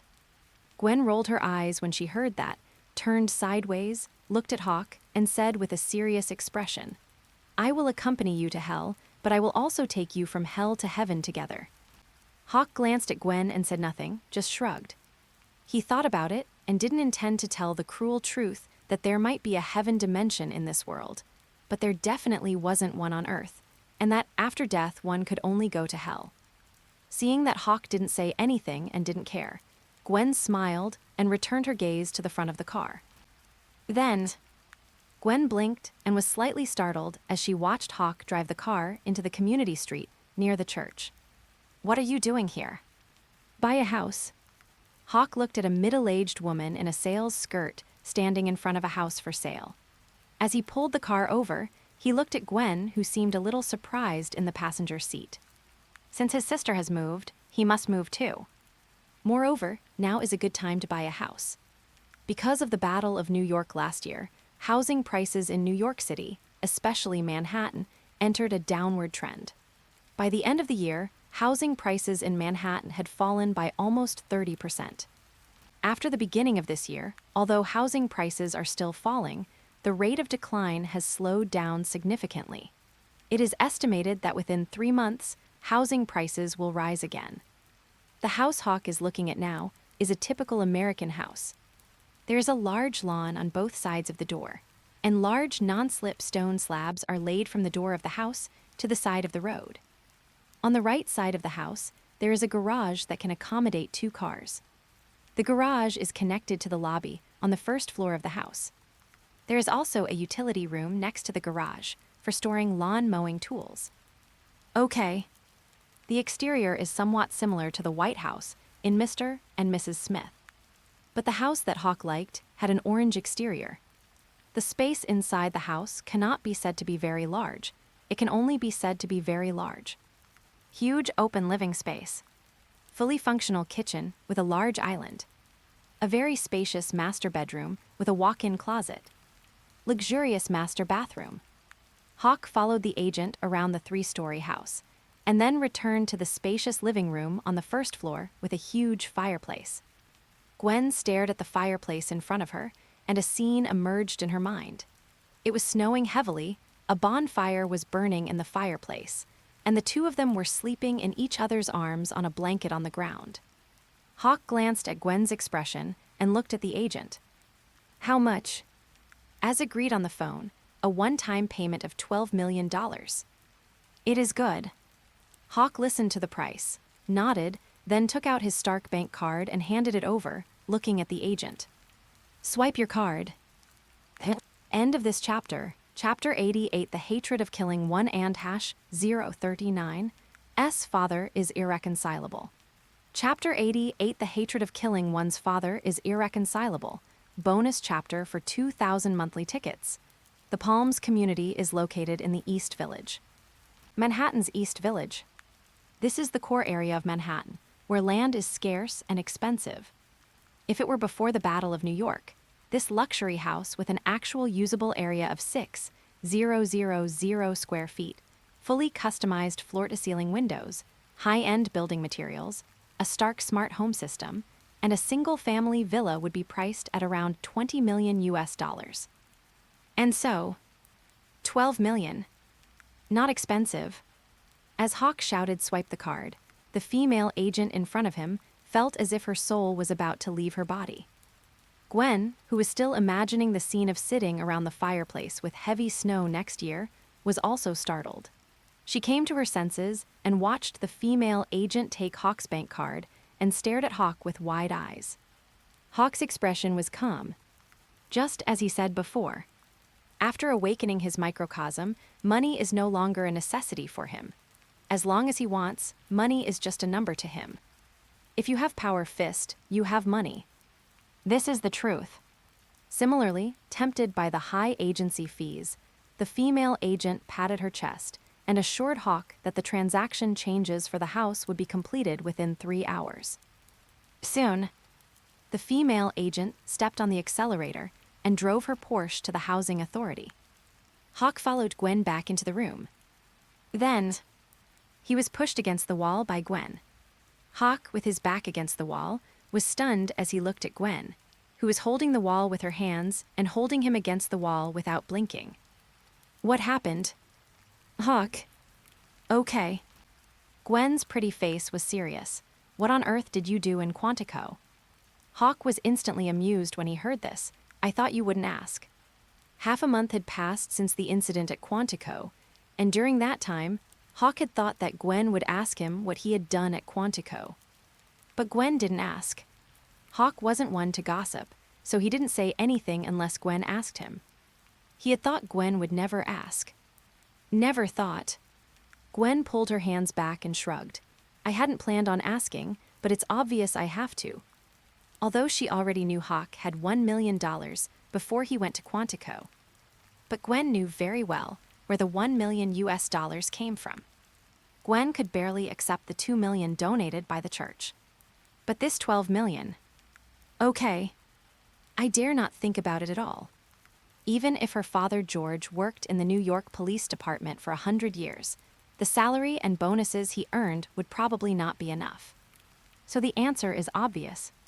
Hawke didn't have such a large sum of money before he went to Quantico, but he had it after he came back. So this money could only have been earned by Hawke while he was in Quantico. And so, Quantico, what the hell happened? Gwen actually didn't know what happened in Quantico the day Hawke went there. Because the woman named Natasha didn't tell her at that time, she just said that Hawke had been found. However, just in case, Gwen didn't say much on the phone, but just asked Hawke to go home early. Later, Natasha gave her an address, but when she arrived at the airport, Natasha had already left without telling her what had happened. Gwen didn't care at first. She thought that she might know the answer by watching the news in a few days, so she kept an eye on the news reports, especially those in the Washington, D.C. area. Result: the court is full of people. Peacefulness. There was no news about Quantico at all. She originally thought that not reporting it must have just caused a minor friction. But now Hawke took out $12 million without blinking an eye. This could be a minor friction. Gwen thought to herself, then looked at Hawke with wide eyes. What did you do that day that they gave you so much money? Hawke opened his mouth. Just as he was about to speak, Gwen suddenly raised her eyebrows, stopped Hawke, took a few steps back, looked at Hawke, and frowned. You robbed the base's vault. How can it be? Hawke denied it decisively. They robbed the vault, but that's cash. How can they put it in my bank card so openly? I just blew up their vault. Only. Gwen nodded subconsciously when she heard this. Then you. War reparations. What? They started the war, and if they want me to stop, they should at least give me a way out. This money is the war reparations they pay. Hiss. Gwen gasped and looked at Hawke in shock, only 4 words echoing in her mind. War reparations. How much did they compensate you? 33 million. What? Gwen's eyes widened, and her voice broke a little. So much. Is it much? Hawke smiled and said, 1 million per person, 33 people would be 33 million. I feel like I'm getting less. He should have directly quoted 1 trillion. Hawke felt a little regretful, but he changed his mind and felt relieved. Why does he need so much money? 33 million. After deducting the 14 million he spent today, he still has 16 million US dollars left. Such a large sum of money is enough for him. No, enough for his and Gwen's daily expenses. This is enough. Hawke prefers boxing to money. In short, as long as the fist is there, the money is there. Hawke thought to himself, then looked at Gwen, whose mouth was slightly open in shock, and said with a smile, I should thank Ross. Gwen came back to her senses and looked at Hawke suspiciously. Why? If it weren't for him, I wouldn't have had the chance to get this war reparations. 1 yard owned by a yard. Hawke was happy that Thaddeus Ross gave him the opportunity to earn war reparations, but he was unhappy with what he did. So when he died, even the family cemetery was taken away by Hawke. But there was no need to tell Gwen about this. Gwen is kind-hearted and can't bear to hear these things. Hawke smiled, changed the subject, and took Gwen's hand. Let's go. Where? The agent was here just now, but he didn't look at it carefully. Take a good look at our house.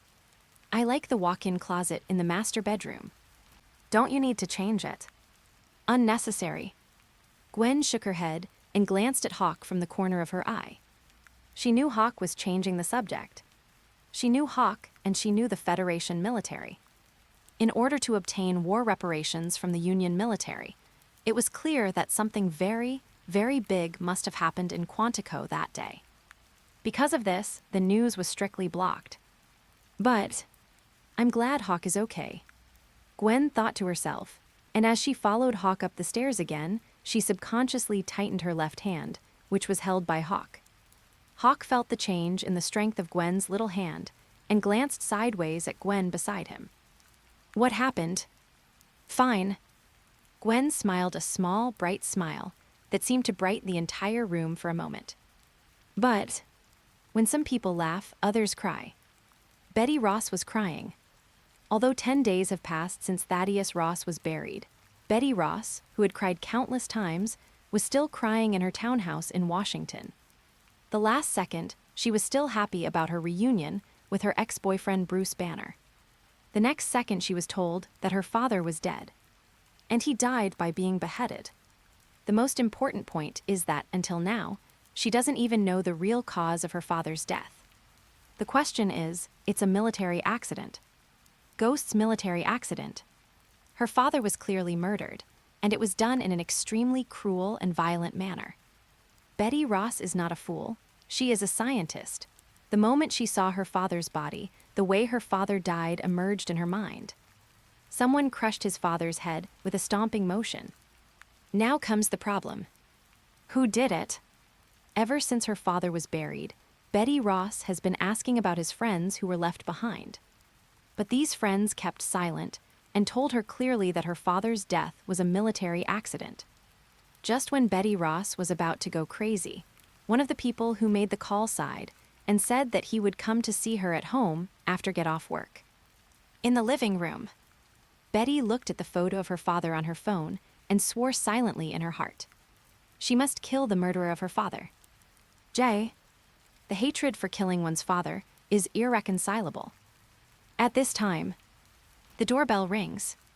Betty came back to her senses, wiped the corners of her eyes, which had been red and swollen from crying these days, ran quickly to the front door and opened it. Into the eye. Oh, Betty. Nick Fury appeared at the door and looked at Betty, who opened the door and looked haggard and with red and swollen eyes. His voice was also distressed, and he said, "You should cheer up. This must be what Ross wants to see." After Betty closed the door, she looked at Nick Fury and said, "I will, Mr. Fury, after you tell me who killed my father." Nick Fury couldn't help but sigh when he heard this. What happened at Quantico has been kept top secret. I know. Betty invited Nick Fury to sit on the sofa, brought him a glass of lemonade, and sat aside. She gritted her teeth and said, "No one in the Pentagon is willing to tell me the truth, but Mr. Fury, I should know the truth. That's my father." Nick Fury smiled bitterly and shook his head, then looked at the empty living room. Bruce is not here. He's out shopping. Betty said this and thought Nick Fury was trying to change the subject, so she continued to look at Nick Fury after she finished speaking. "Mr. Fury, who is the murderer?" "The murderer is..." Nick Fury paused here, looked at Betty, who was gritting her teeth and persevering, and a trace of confusion flashed across his expression. Seeing this, Betty didn't hesitate and knelt down in front of Nick Fury with a thud. "Mr. Fury, please, now you are the only one willing to tell me who the murderer is. Get up quickly." The moment Betty knelt down, Nick Fury quickly stood up from the sofa and helped Betty up. But Betty knelt on the ground firmly. The voice is tearful. "Mr. Fury, please tell me who the murderer is." "You..." Nick Fury's dark expression changed. Next second, a long sigh. "Hey." End of this chapter, Chapter 89, Those Who Choose to Accept and Those Who Reject. Chapter 89, Those Who Choose to Accept and Those Who Reject, bonus chapter for 2,500 monthly tickets. When Bruce Banner returned home with his shopping bags, Nick Fury had already left. Betty knelt on the living room carpet in a trance. Seeing this, Bruce quickly closed the door, came to Betty, and helped Betty sit on the sofa with great heartache. "Betty..." Betty came back to her senses and looked at Bruce, who had returned home. After her eyes focused, she came forward without any hesitation and covered Bruce's mouth. Bruce was stunned at first, then feeling that his girlfriend seemed a little wild at the moment. He did not choose to refuse, but chose to cater to her.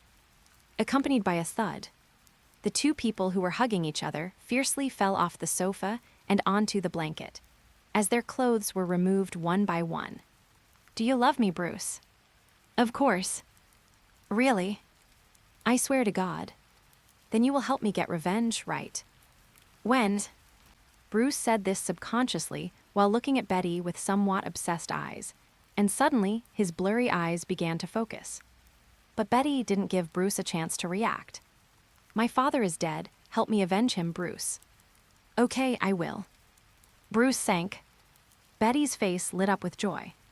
She leaned over Bruce Banner, put her arms around Bruce's neck, put her mouth close to Bruce's ear, and whispered in a breathy voice, "My dear, then you can become the Hulk again." "Hulk?" Bruce Banner woke up instantly. Next second, Bruce Banner stared at Night Betty with wide eyes and an expression of disbelief. "What did you say?" "Becoming the Hulk again." "Hulk is dead." "But you're not dead." "What?" Bruce Banner was stunned. Night Betty's face was distorted under the dim light. "The person who killed my father is the same person who killed Hulk. Don't you want revenge?" Bruce Banner was slightly stunned. He was the one who killed Ross. His mind flashed back to the image of Hawk, facing him at that moment. Betty listened to Bruce Banner's words, took a deep breath, and looked at Bruce Banner. "You really know who he is, Bruce. He killed my father. Help me avenge him." Nick Fury didn't tell her the killer's name. But before he left, he told Betty that the murderer who killed her father was the same person who killed Hulk. Betty had previously asked Bruce, who helped him kill the Hulk. Bruce didn't say anything. She didn't care at the time. After all, if Hulk was gone, it would be a good thing for her at that time. Because General Ross no longer had any reason to stop himself from being with Bruce. This moment, that moment. Now Betty sincerely hopes that Bruce can still turn into Hulk. Because only in this way can she have hope of revenge. Betty looked at Bruce expectantly. "Tell me, Bruce, you can still turn into the Hulk, right?" Bruce met Betty's expectant gaze and fell silent. Betty's eyes lit up. Just as Gwen knew Hawk well, Betty knew Bruce well. Silence is not an option, but there is indeed a way. Betty was very excited. She leaned forward and hugged Bruce tightly, her tone full of pleading. "Bruce, I have no father anymore. Help me get revenge." Bruce felt his girlfriend crying and exerting herself on him, gritted his teeth, shook his head, and said sorry. Betty, who was lying in his arms, stiffened suddenly after hearing this answer. A swish sound. Betty sat up suddenly, looking at Bruce in disbelief with her red eyes from crying. Bruce. Betty. Bruce quickly got up from the ground, then looked at Betty, who fell back onto the blanket in a daze, and said with a wry smile, Betty, Hulk is dead. He has come to terms with it. There are both advantages and disadvantages for him if Hulk is gone, but overall, the advantages outweigh the disadvantages. In a word, he can finally live a normal life. This is good. Bruce was not a wild person to begin with. He was a scientist. After becoming an ordinary person, he could find a laboratory and continue to do his experiments with a high salary. And he has already found his next home. Stark Industries has a gamma lab in Jersey City, and although Tony is preparing for treatment, he has been promised that he can use the gamma lab there.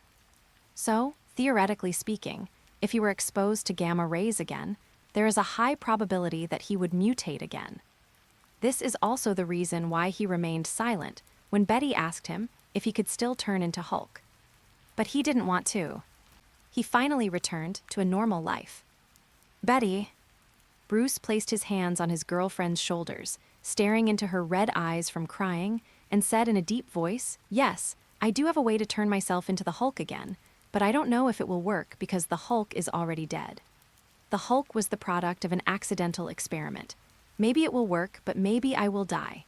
If you insist that I try, just tell me, and I will. Eyes facing each other.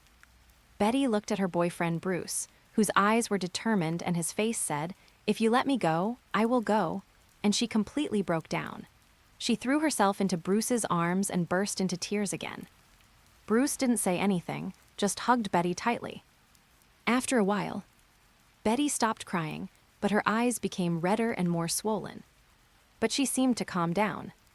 Betty took the tissue Bruce handed over, lowered her head, and wiped her tears while asking in a calm voice, How did my father die? Bruce was silent for a moment after hearing this, then told Betty. Betty didn't know. He knows. Because when Betty learned the news of her father, General Ross's death, he was by her side, and he also followed Betty back to Washington, D.C., while he was busy helping Betty, who had fainted from crying, to clean up the mess. He also called Nick Fury and learned the truth of the matter. Same thing happened to him. However, Hawk was much more ruthless than him. He took revenge without delay. He rushed to New Mexico within a day and chased Ross to Quantico, where he killed Ross, who tried to chase him. After listening to this, Bruce was even secretly happy. After all, he was also involved in the incident. General Ross had chased him back then, and he could only hide in Barrett, where even the air smelled of manure. So when I heard that General Ross was killed while chasing another person, I felt secretly happy. After listening to Bruce's story, Betty did not make any extreme moves, and her tone became calm again. Who is he? Betty. Bruce frowned slightly when he heard this, looked at his girlfriend Betty and shook his head, saying, No weapon can do anything to him, and this matter is Luo. Let's forget about it. He wanted to say that Ross had brought this upon himself. But, considering that the dead are the most important, Bruce could only ask Betty not to waste time on this matter. The military has already compromised. I know, but the military knows who he is, and you know who he is. Betty's voice was calm as she looked up at Bruce. I just want to know at whose hands my father died. Don't worry, Bruce, I won't do anything. Besides, there's nothing I can do. Bruce looked at his girlfriend's sad expression, thought about it, and sighed. Hawk. Hawk, what's your last name? I only know him as Hawk. Bruce shook his head and said to Betty, he killed Hulk because his sister was killed in the war between Hulk and Abomination. So before Christmas, he found me, killed Hulk, and spared my life. If General Ross hadn't tried to attack him, Ross. Having said that, Bruce once again chose to keep quiet.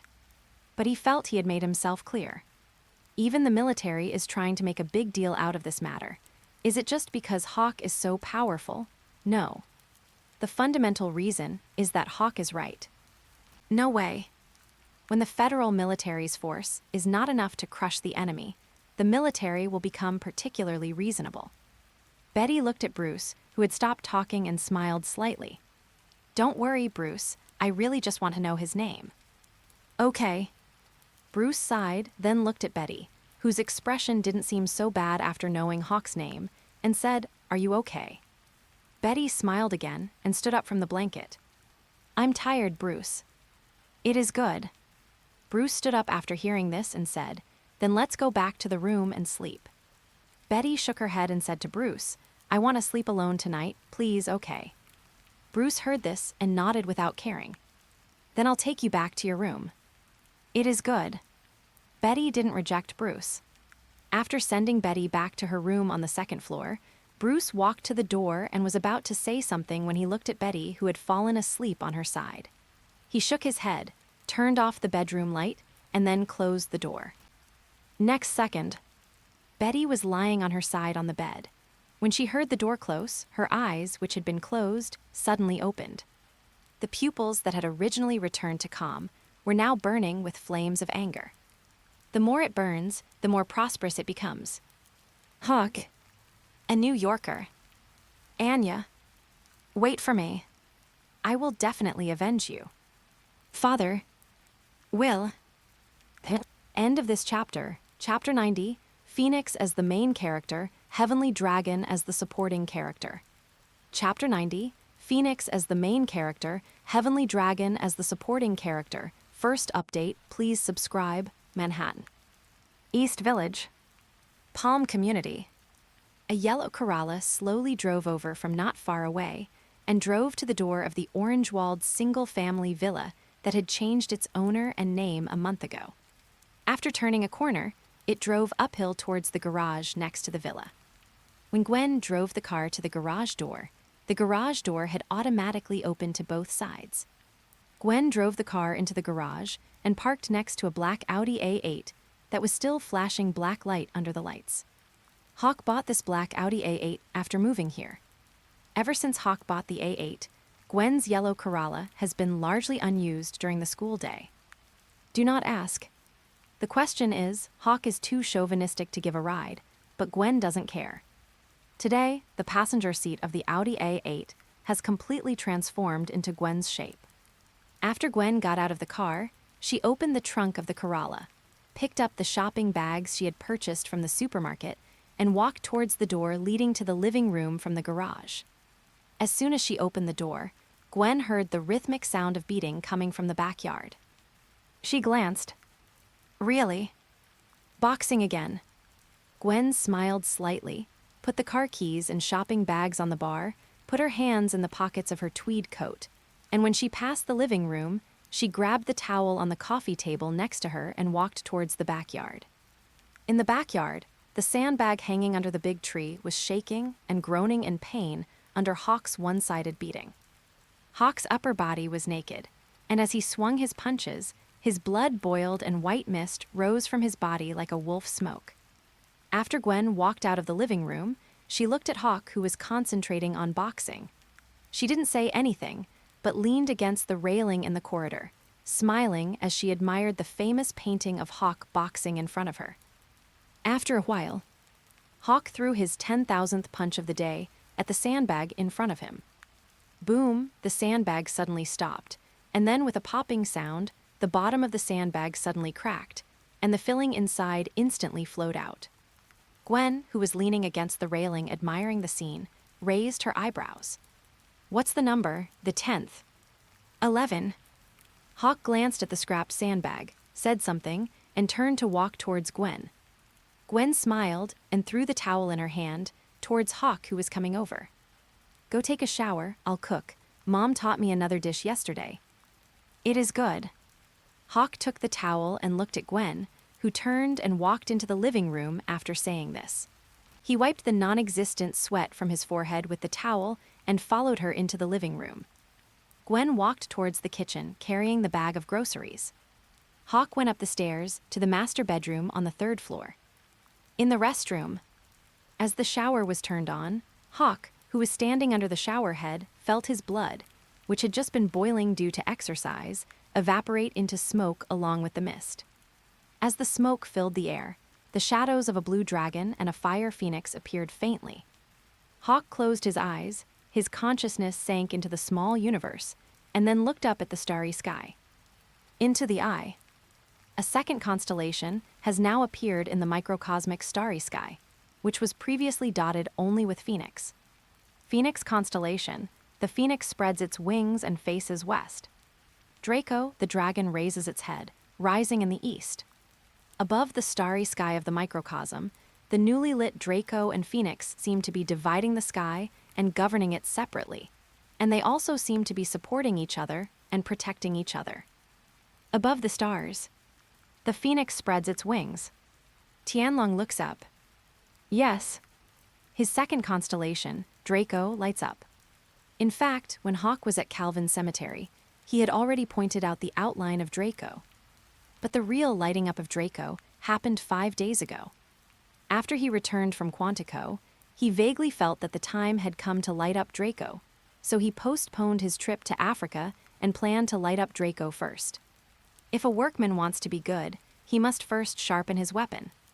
And after lighting up the Draco constellation 5 days ago, it proved that his choice was not wrong.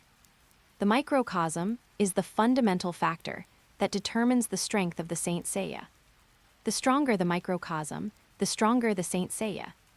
And his little universe became stronger because of the lit-up Draco constellation. It's not that kind of false strengthening, but it's about becoming truly stronger. The moment Draco was lit up, Hawke discovered that his own small universe was expanding at a speed visible to the naked eye. The small universe that could originally only accommodate the Phoenix star map is now more than enough to accommodate both the Phoenix constellation and the Draco constellation. However, his microcosm still revolves around Phoenix. The question is, Phoenix is the first constellation he lights up. But he also obtained the core power of Draco, the dragon's strength and protection. But this is not the biggest gain. The biggest gain was that after Hawke lit up the Draco, the sixth sense that he had been thinking about seemed to have come into being. He seemed to have seen the door to his sixth sense. This is good. You have to know that Hawke didn't even know where the door to his sixth sense was before. It's different now. He already knew where the door to his sixth sense was, so the next thing would be easy. Following this path, he could touch the gateway to his sixth sense, then push open its door, thereby mastering it and elevating his inner universe once more. These past few days, Hawke had been researching Wakanda online, hoping to make further progress on his path to the sixth sense before heading there. Result: the sixth sense, visible but intangible. As for Wakanda, Hawke couldn't wait until summer vacation, so he planned to ask for leave from his counselor in a few days and then head to Wakanda. Anyway, he had already received the admission invitation letter from New York University in September. It didn't matter much whether he went to school or not in his last semester. The same goes for other students, except for those students who have not received university invitation letters in advance and are still consulting counselors for other universities at the last minute. Most of the students who received invitation letters in advance have almost all asked for leave. Some people want to take advantage of their last semester to work and save more living expenses for after college. Some of them were invited by the university to visit their future university in advance. Some simply don't want to go to school and plan to lie down at home and rest. Central City High School will not make things difficult for them, because those who can get university invitation letters in advance have also completed the required credits. They can graduate successfully even if they do not attend any classes in the last semester. Of course, just don't miss the graduation ceremony in June and the prom afterward. After a while, when Hawke finished his shower and changed into the clothes Gwen had chosen for him when they went shopping together last weekend, and when he went downstairs to the restaurant, Gwen had already prepared breakfast. Hawke's eyes lit up as he looked at the breakfast already laid out on the table. Wow. How about it? Gwen looked at Hawke with a smile, wanting to get Hawke's evaluation. Hawke looked at Gwen with a serious expression. Honestly, what would I do without you? Then don't lose me. Gwen, who was sorting through the family food-making cards she had gotten from her mother Helen, answered Hawk with a serious face, then smiled brightly. Come on, eat and see if it tastes good. Hawk responded, pulled out a chair, and sat down. Gwen held the food card in her hand and sat opposite Hawk. While waiting for Hawk to finish eating, she found a new card and copied it. In the Federation, every housewife's delicacy is passed down in the form of cards. Same thing with the cards in Gwen's hand. However, she will take these cards home to return to her mother Helen later. But she can make a copy and keep it here, and then give it to her daughter when she has a daughter in the future. Correct. Hawk, who was eating breakfast made by Gwen, thought of Wakanda again. He looked up at Gwen, who was carefully copying a food card, and asked, Are you going to Berkeley next week? Gwen, who was copying the I'm fine card, hummed, Yes, I'll be there next week, 2 months, and back at the end of May. Berkeley University sent her an invitation letter, inviting her to visit Berkeley next week for a 2-month university visit. After Hawk confirmed the time with Gwen, he nodded and said nothing more. Just, next week Gwen visits Berkeley. He visited Wakanda in Africa. Okay. Perfect. Soon. After Hawk finished breakfast and Gwen, who had copied the food-making cards, cleaned up the table, they went outside together to start today's work. Mow the lawn. Tell a bad joke. Federally, you can be fined if your lawn isn't mowed regularly. The same goes for drying clothes outside. Some states are even stricter, and you may be fined even for growing vegetables. Fortunately, the original owner had a lawn mower in his utility room that he had bought specifically for mowing lawns. After Hawk pushed out the trimmer, he watched Gwen inspect it with ease and familiarity, and couldn't help but sigh once again, Honestly, what would I do without you? Gwen looked up at Hawk and said again very seriously, Once again, don't lose me. The words fell. Gwen pulled with her right hand, and with a rumbling sound, the trimmer instantly entered working mode. Although Gwen's family lives in an apartment. But Gwen's grandfather was a farmer in the South, so Gwen was very familiar with all kinds of tools. So, under Gwen's command, Hawk pushed the mower to trim the lawn in front of the door. The neighbors in the community who heard the noise of the trimmers looked at this scene. Some of them turned back to their rooms, while others were enlightened and took out their own trimmers. Anyway, it was the weekend, and I was free anyway. So after a while, the sounds of several mowing machines were heard above the Palm community. It was already 11 o'clock in the morning when Hawk finished mowing the 2 lawns in front of the door. Gwen prepared to leave after seeing that her mission was accomplished. She made an appointment with Mary to go shopping this afternoon. Hawk looked at Gwen as she backed the car out of the garage and said with a smile, I'll pick you up tomorrow morning. Gwen responded and then drove the car out of the garage. Hawk watched Gwen as she drove off the block, just as she turned to clean up the trimmer. Unexpected. The door of the sixth sense suddenly trembled. Next second, Hawk burst out with a fierce aura and turned around again with a swish, his eyes set on the direction where Gwen left. End of this chapter. Chapter 91, Gwen Who Loves Hot Cocoa. Chapter 91, Gwen Who Loves Hot Cocoa. Second update. Please subscribe. Gwen, where have you been? I just came from Hawk's. Yo. Don't get me wrong, the city government urged Hawk to mow the lawn in front of his door yesterday, otherwise he would be fined. He didn't know how to do it, so I went over to teach him this morning. Gwen drove out of the Palm community and talked on the phone with Mary, with whom she had an afternoon shopping appointment. Mary couldn't help but laugh when she heard this. Our community has people who mow lawns. Isn't there someone in such an upscale community like Palm Street? Yes, but he doesn't want to. Why? Save where you can, spend where you can. Gwen, who was driving, repeated Hawk's words at the time. Mary on the other end of the phone seemed shocked. But Mary quickly thought of Hawk, who had only 3 sets of clothes during his school days, communicated mostly by shouting, and walked mostly on his legs, living a life no different from that of an ascetic. Then she felt that it was quite reasonable for Hawk to say this. However, the discussion about Hawk having money to buy a villa, but not enough money to hire workers, was not the topic of the call.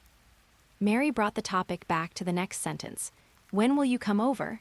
Otherwise, I will go to Mrs. Knowles' dessert shop and reserve a seat first. Hearing this, Gwen quickly said, Okay, I'll be there soon. I'll be there in about half an hour. She likes to drink hot cocoa. Gwen felt that the hot cocoa from Mrs. Knowles' dessert shop, as Mary mentioned, was the best in the entire Queens. No, in the entire New York City. Soon. After hanging up the phone, Gwen thought about the hot cocoa in Mrs. Newer's dessert shop and couldn't help but step on the accelerator. The yellow Corolla under him accelerated and drove towards Queens. Behind the yellow Corolla, an ordinary Toyota car saw this and couldn't help but step on the accelerator. She found us. Impossible, it's only been a short time, and this is a straight road. Then why did she suddenly speed up? Never mind her. According to the plan, after crossing the bridge and entering Queens, we will stop the car if necessary. Remember, the employer wants a living person, $1 million for a living one, and $500,000 for a dead one. Don't lose the dollars. Understand? Understand. The two black guys in the back seat of the ordinary Toyota nodded and looked at the yellow Corolla, driving in front of them with greed in their eyes. But what I just understood was not said by these two black guys. The two different voices came from the intercom in the hands of the bearded man sitting in the passenger seat. Obviously, this group had not just one car, but three. Really? When Gwen was driving a yellow Corolla and about to enter the Manhattan Bridge, two equally ordinary Toyota cars drove over from the roads on the left and right. After reaching the bridge, the three cars followed the flow of traffic, changed their positions tacitly, and formed a V-shape, surrounding Gwen's yellow Corolla. After a while, when Gwen got off the bridge and turned onto the road heading towards Mary's house, a Toyota car on the left suddenly changed lanes, but it seemed that it did not have enough control over the distance, and when changing lanes, it accidentally hit Gwen's car with a bang. Gwen started and slammed on the brakes. The Toyota car that changed lanes also stopped, while the other two Toyota cars drove forward without slowing down. A middle-aged woman got out of a Toyota that was changing lanes and looked at Gwen inside the car with an apologetic expression. Gwen opened the car door and got out as well. Looking at the spot where she was hit, she couldn't help but sigh. Just as she was about to turn around and go in to get the phone to tell Mary that she might be late, the middle-aged woman stopped Gwen and said that the matter was entirely her responsibility, and that she could drive the car to a place where it would not block traffic while she contacted her insurance company to handle it. Gwen was interrupted by this, and because the middle-aged woman admitted her responsibility so straightforwardly, she thought about it and agreed. After all, if there is no need to call the traffic police, it will be a very quick matter. Soon, Gwen followed the middle-aged woman driving in front of her and drove the car to a small side road that would not easily block traffic. But just as she was about to turn off the engine and get out of the car, there was a rustling sound, and with the sound of tires rubbing against the ground, a Toyota car suddenly rushed in from behind and blocked her way. This is... Shit.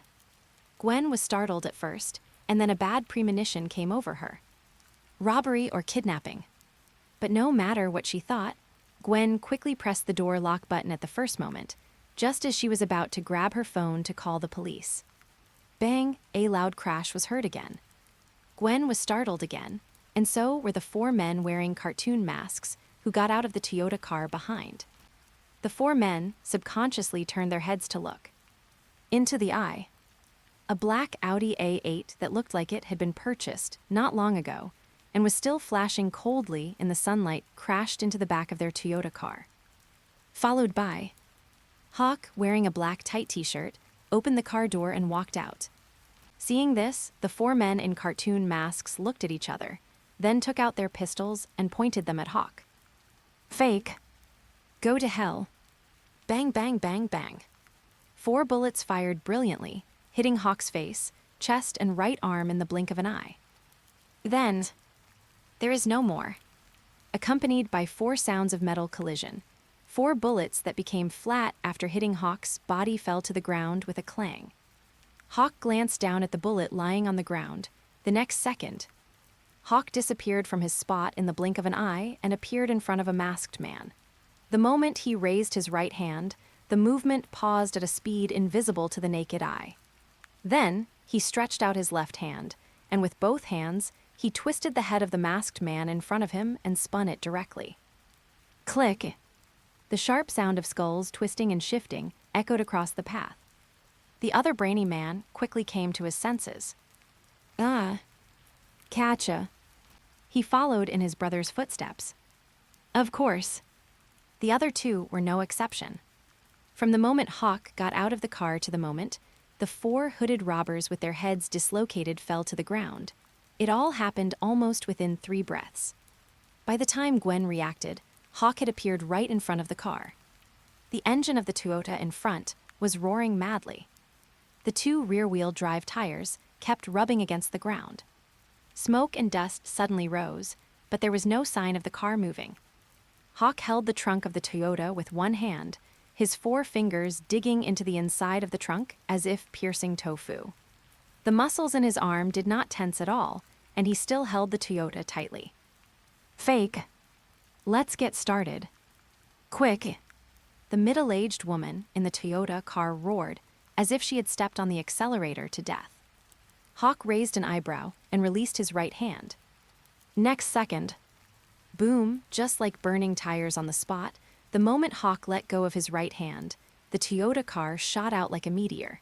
And then with a bang, the front of the car hit the wall not far away, and the airbag inside popped out instantly. The middle-aged woman had no time to react and was instantly knocked unconscious by the airbag. The moment Hawk released his right hand, he turned around and walked to the driver's door of the Corolla and knocked on the window. Gwen, who was holding the phone in the car, listened to the knocking sound, stared blankly at Hawk outside the door, and subconsciously opened the car window. Hey Gwen, are you here yet? I ordered your favorite hot cocoa. Mary Jane's voice came from the phone in Gwen's hand. But Gwen seemed stunned, staring at Hawk blankly. After all, when Hawk fought Hulk, most of the fight took place underwater, and by the time Hawk reappeared, the outcome had already been decided. But this time, she witnessed the whole process with her own eyes. The scene was still replaying in her mind. Hawk drove the car coldly, ignoring the bullets shot at him, and appeared in front of the 4 robbers in the blink of an eye, breaking the 4 robbers into pieces, and the scene of him pulling the car at full speed with his bare hands. Gwen froze, but Hawk didn't. He looked at Gwen, who was sitting in the car staring at him blankly, smiled, and reached out to take the phone from Gwen's hand. Hello, Mary. Hawk. Gwen's got something to do. Pack up her hot cocoa. Varied. Hawk ignored Mary and hung up the phone. Then, as if he had thought of something, he looked at Gwen thoughtfully. So, hot cocoa, didn't you say you didn't like it? Gwen snapped back to reality. Hawk. Hawk laughed and said, the sheriff's daughter has become less vigilant. Or is she less vigilant because she's been thinking about hot cocoa? Gwen blushed as she listened to Hawk's teasing. Without saying a word, she hurriedly opened the car door and got out. There's another car. What? There are 3 Toyotas in total, and there are only 2 here. After losing the temptation of hot cocoa, Gwen replayed the scene of the Manhattan Bridge in her mind and remembered the 3 Toyota cars following her, one on the left, one on the right, and one behind. She quickly said, there were 3 Toyota cars following me at that time. But she would never admit that her vigilance dropped because she was thinking about the hot cocoa at Mrs. Newer's dessert shop. Gwen thought, looking at Hawk with a serious expression, also, I don't like hot cocoa. I'm 18 years old. Hawk smiled. But I heard Helen say that, when you were little, your biggest dream was to live in a chocolate house. Shut up. Gwen's brows twitched, and she quickly interrupted Hawk and turned the topic back to the 3rd car. There's a 3rd car. They ran away. Hawk smiled slightly, then looked at Gwen, who was slightly stunned, and added, Don't worry, they can't run away. Gwen blinked. Just as she was thinking about the meaning of Hawk's words, they ran away. They can't run away. A voice came from afar, symbolizing the arrival of justice. Getting closer. Whoa, whoa, whoa. Booms boom. Thick and greasy IT. Hold still, put your hands up now immediately. End of this chapter, Chapter 92, IRS Exclusive Certification. Chapter 92, IRS Exclusive Certification, third update, please subscribe to the full chapter. Hawk and Gwen turn to look. Into the eye. Outside the alley, 2 police officers, a man and a woman, collected the bodies of 4 robbers with twisted necks and hoods on the ground. Then they hurriedly drew their guns and pointed them nervously at Hawk and Gwen, who were standing there. Gwen spoke up quickly. My father is the sheriff of the 19th precinct. George, who was working in the police station, rushed to the scene as quickly as possible after receiving the news from the Queen's police station. The scene has been cordoned off at this moment. When George got out of the police car, the first thing he saw was Gwen and Hawk standing together, not far away, answering questions from the Queen's detective. Gwen. Dad. Gwen listened to the voice and looked at George, who came in a white shirt, her eyes lit up. The police officers and detectives on the side looked at George, who was approaching and hurriedly greeted him and saluted according to the rules. George, unfazed, came up to Gwen, his tone tense and concerned. How's it going? It's okay. Fine. Gwen smiled and shook her head, then while looking at Hawk next to her, she replied to George. Hawk arrived just in time. Hearing this, George looked at Hawk beside him and nodded without saying anything. Hawk smiled slightly in response.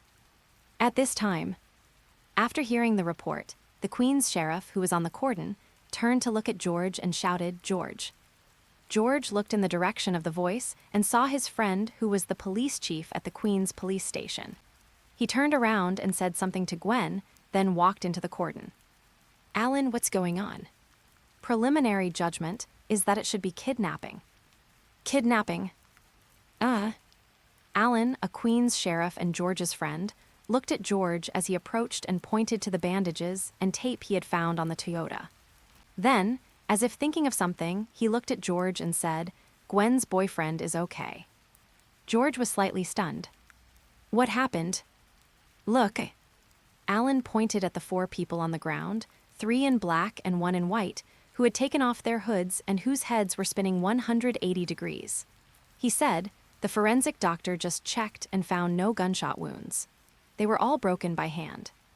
George looked at the 4 bodies with a surprised expression at first, and subconsciously turned his head to look at Hawk, who was standing outside. Gwen caught George's gaze, nudged Hawk with her elbow, and lowered her voice. Dad is curious about you. Fine. Hawk didn't care. The reason he has achieved the strength he has today is all thanks to his unremitting efforts and self-improvement for 1,000 consecutive days. Heck. It simply presented an opportunity, and Hawk simply seized it. Punch 10,000 times for 1,000 consecutive days. This sounds simple, but how many people can really stick to it? And so, why hide the strength you have gained through your own ability? When he first went to Quantico, he just wore a mask and didn't hide too much. After Dr. Lizard, Hulk, and once again in Quantico, he never thought about hiding himself again. In a word, when you are rich and powerful, you should return to your hometown and show your glory in front of others. The man in brocade clothes never walks at night, singing freely in the wind. Play pig eat tiger. Do not, he is just showing off in front of others. Hawk thought to himself, and then smiled at George, who was turning his head to look at this side from inside the cordon. Eyes facing each other. George was the first to look away, and looked at the detective who ran to his friend Alan to report the information. Abu Rimber. From the Devil Gang. He was released on bail just 2 weeks ago. The other 3 are also members of the Demon Gang. The middle-aged woman who was sent to the hospital for emergency treatment is Abu Lunber's wife. Devil Gang. Queen's Sheriff Allen listened to the report and subconsciously looked at his friend George. Is it coming for you? Because the Demon Gang is not a gang in Queens, but in Manhattan, and their main area of activity is the 19th precinct. George heard this and looked at Allen. I am the chief of serious crimes. Organized crime is not my responsibility. Gang-related cases are handled by the organized crime unit. He is primarily responsible for homicide cases in the jurisdiction. Alan frowned slightly. Who is this directed at then? It can't be directed at Gwen herself, right? How's the situation at the hospital? Don't know yet. Alan looked at the time on his watch and said to George, "Let's go to the hospital together." George nodded. He didn't ask Alan to give him the case, because even if Alan gave it up, it would be difficult for him to take over the case because it involved gangs. Even if Alan gave it to the 19th precinct, the person who would take over the investigation would be the sheriff in charge of gangs in the precinct. Not to mention, this case happened within the jurisdiction of the Queen's Police Department, so Alan might not give in.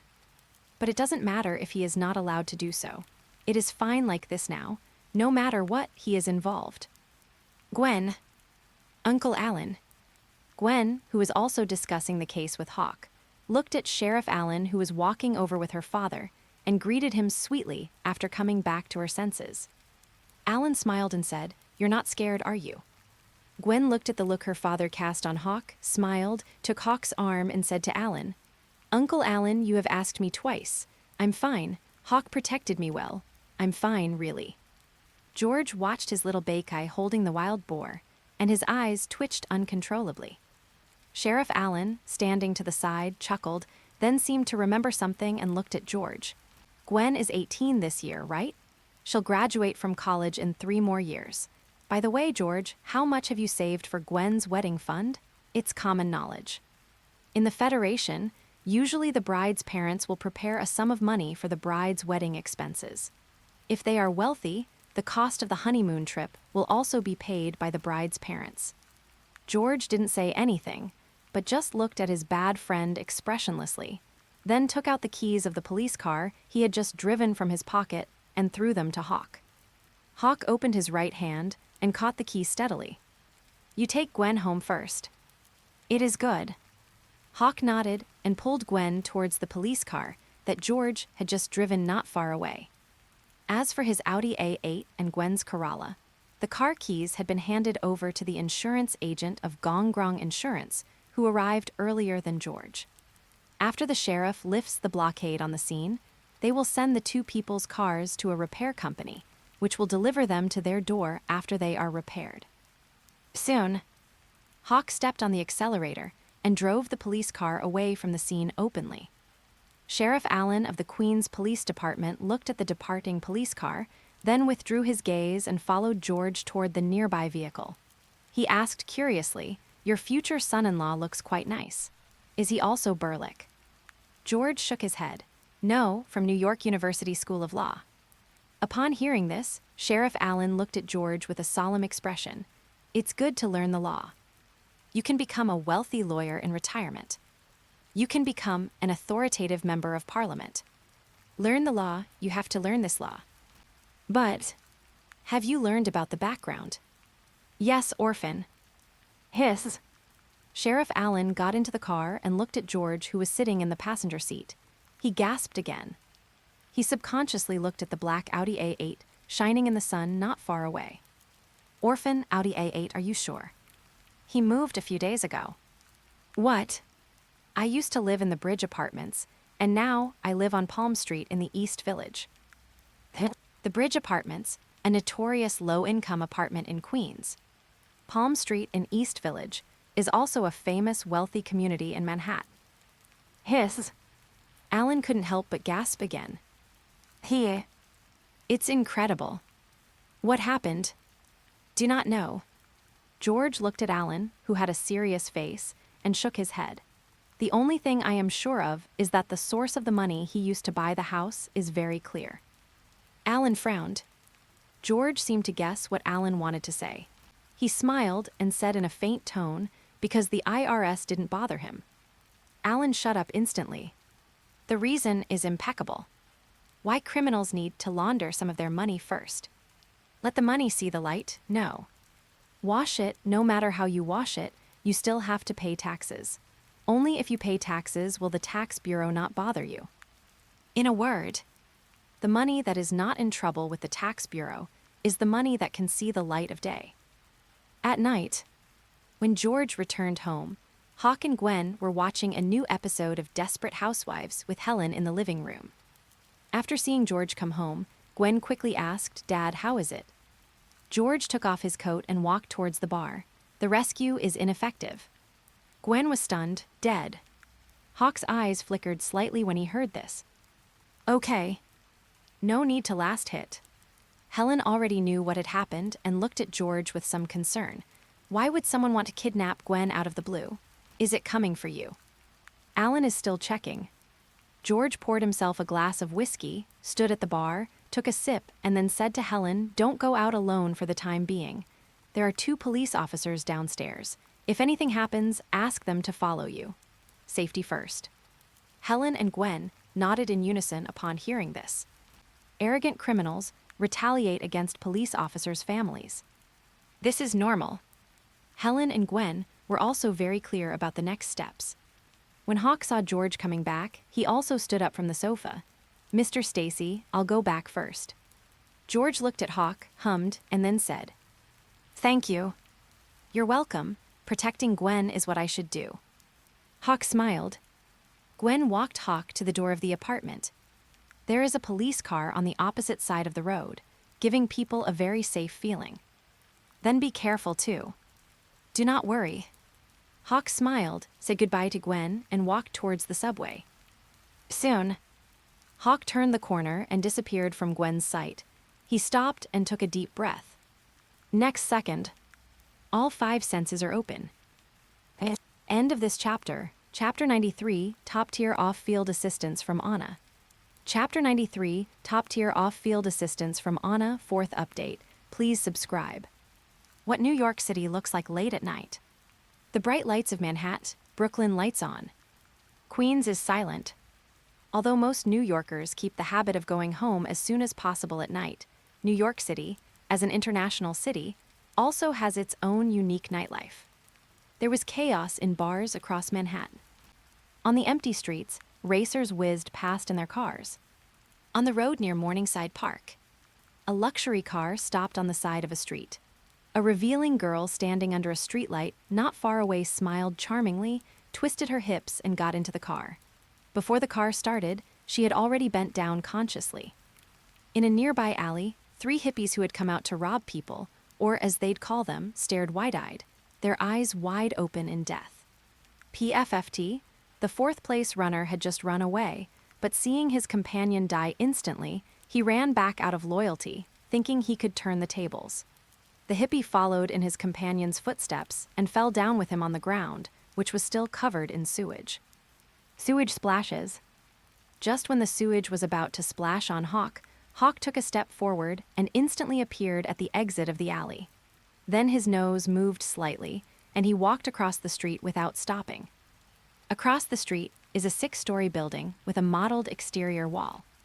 Hawke, who was standing downstairs, raised his eyes and fixed his gaze on a window on the left side of the 3rd floor. The conversation between 3 people inside was very clear. "Stop cursing, I just found out. Roy is dead." "Real.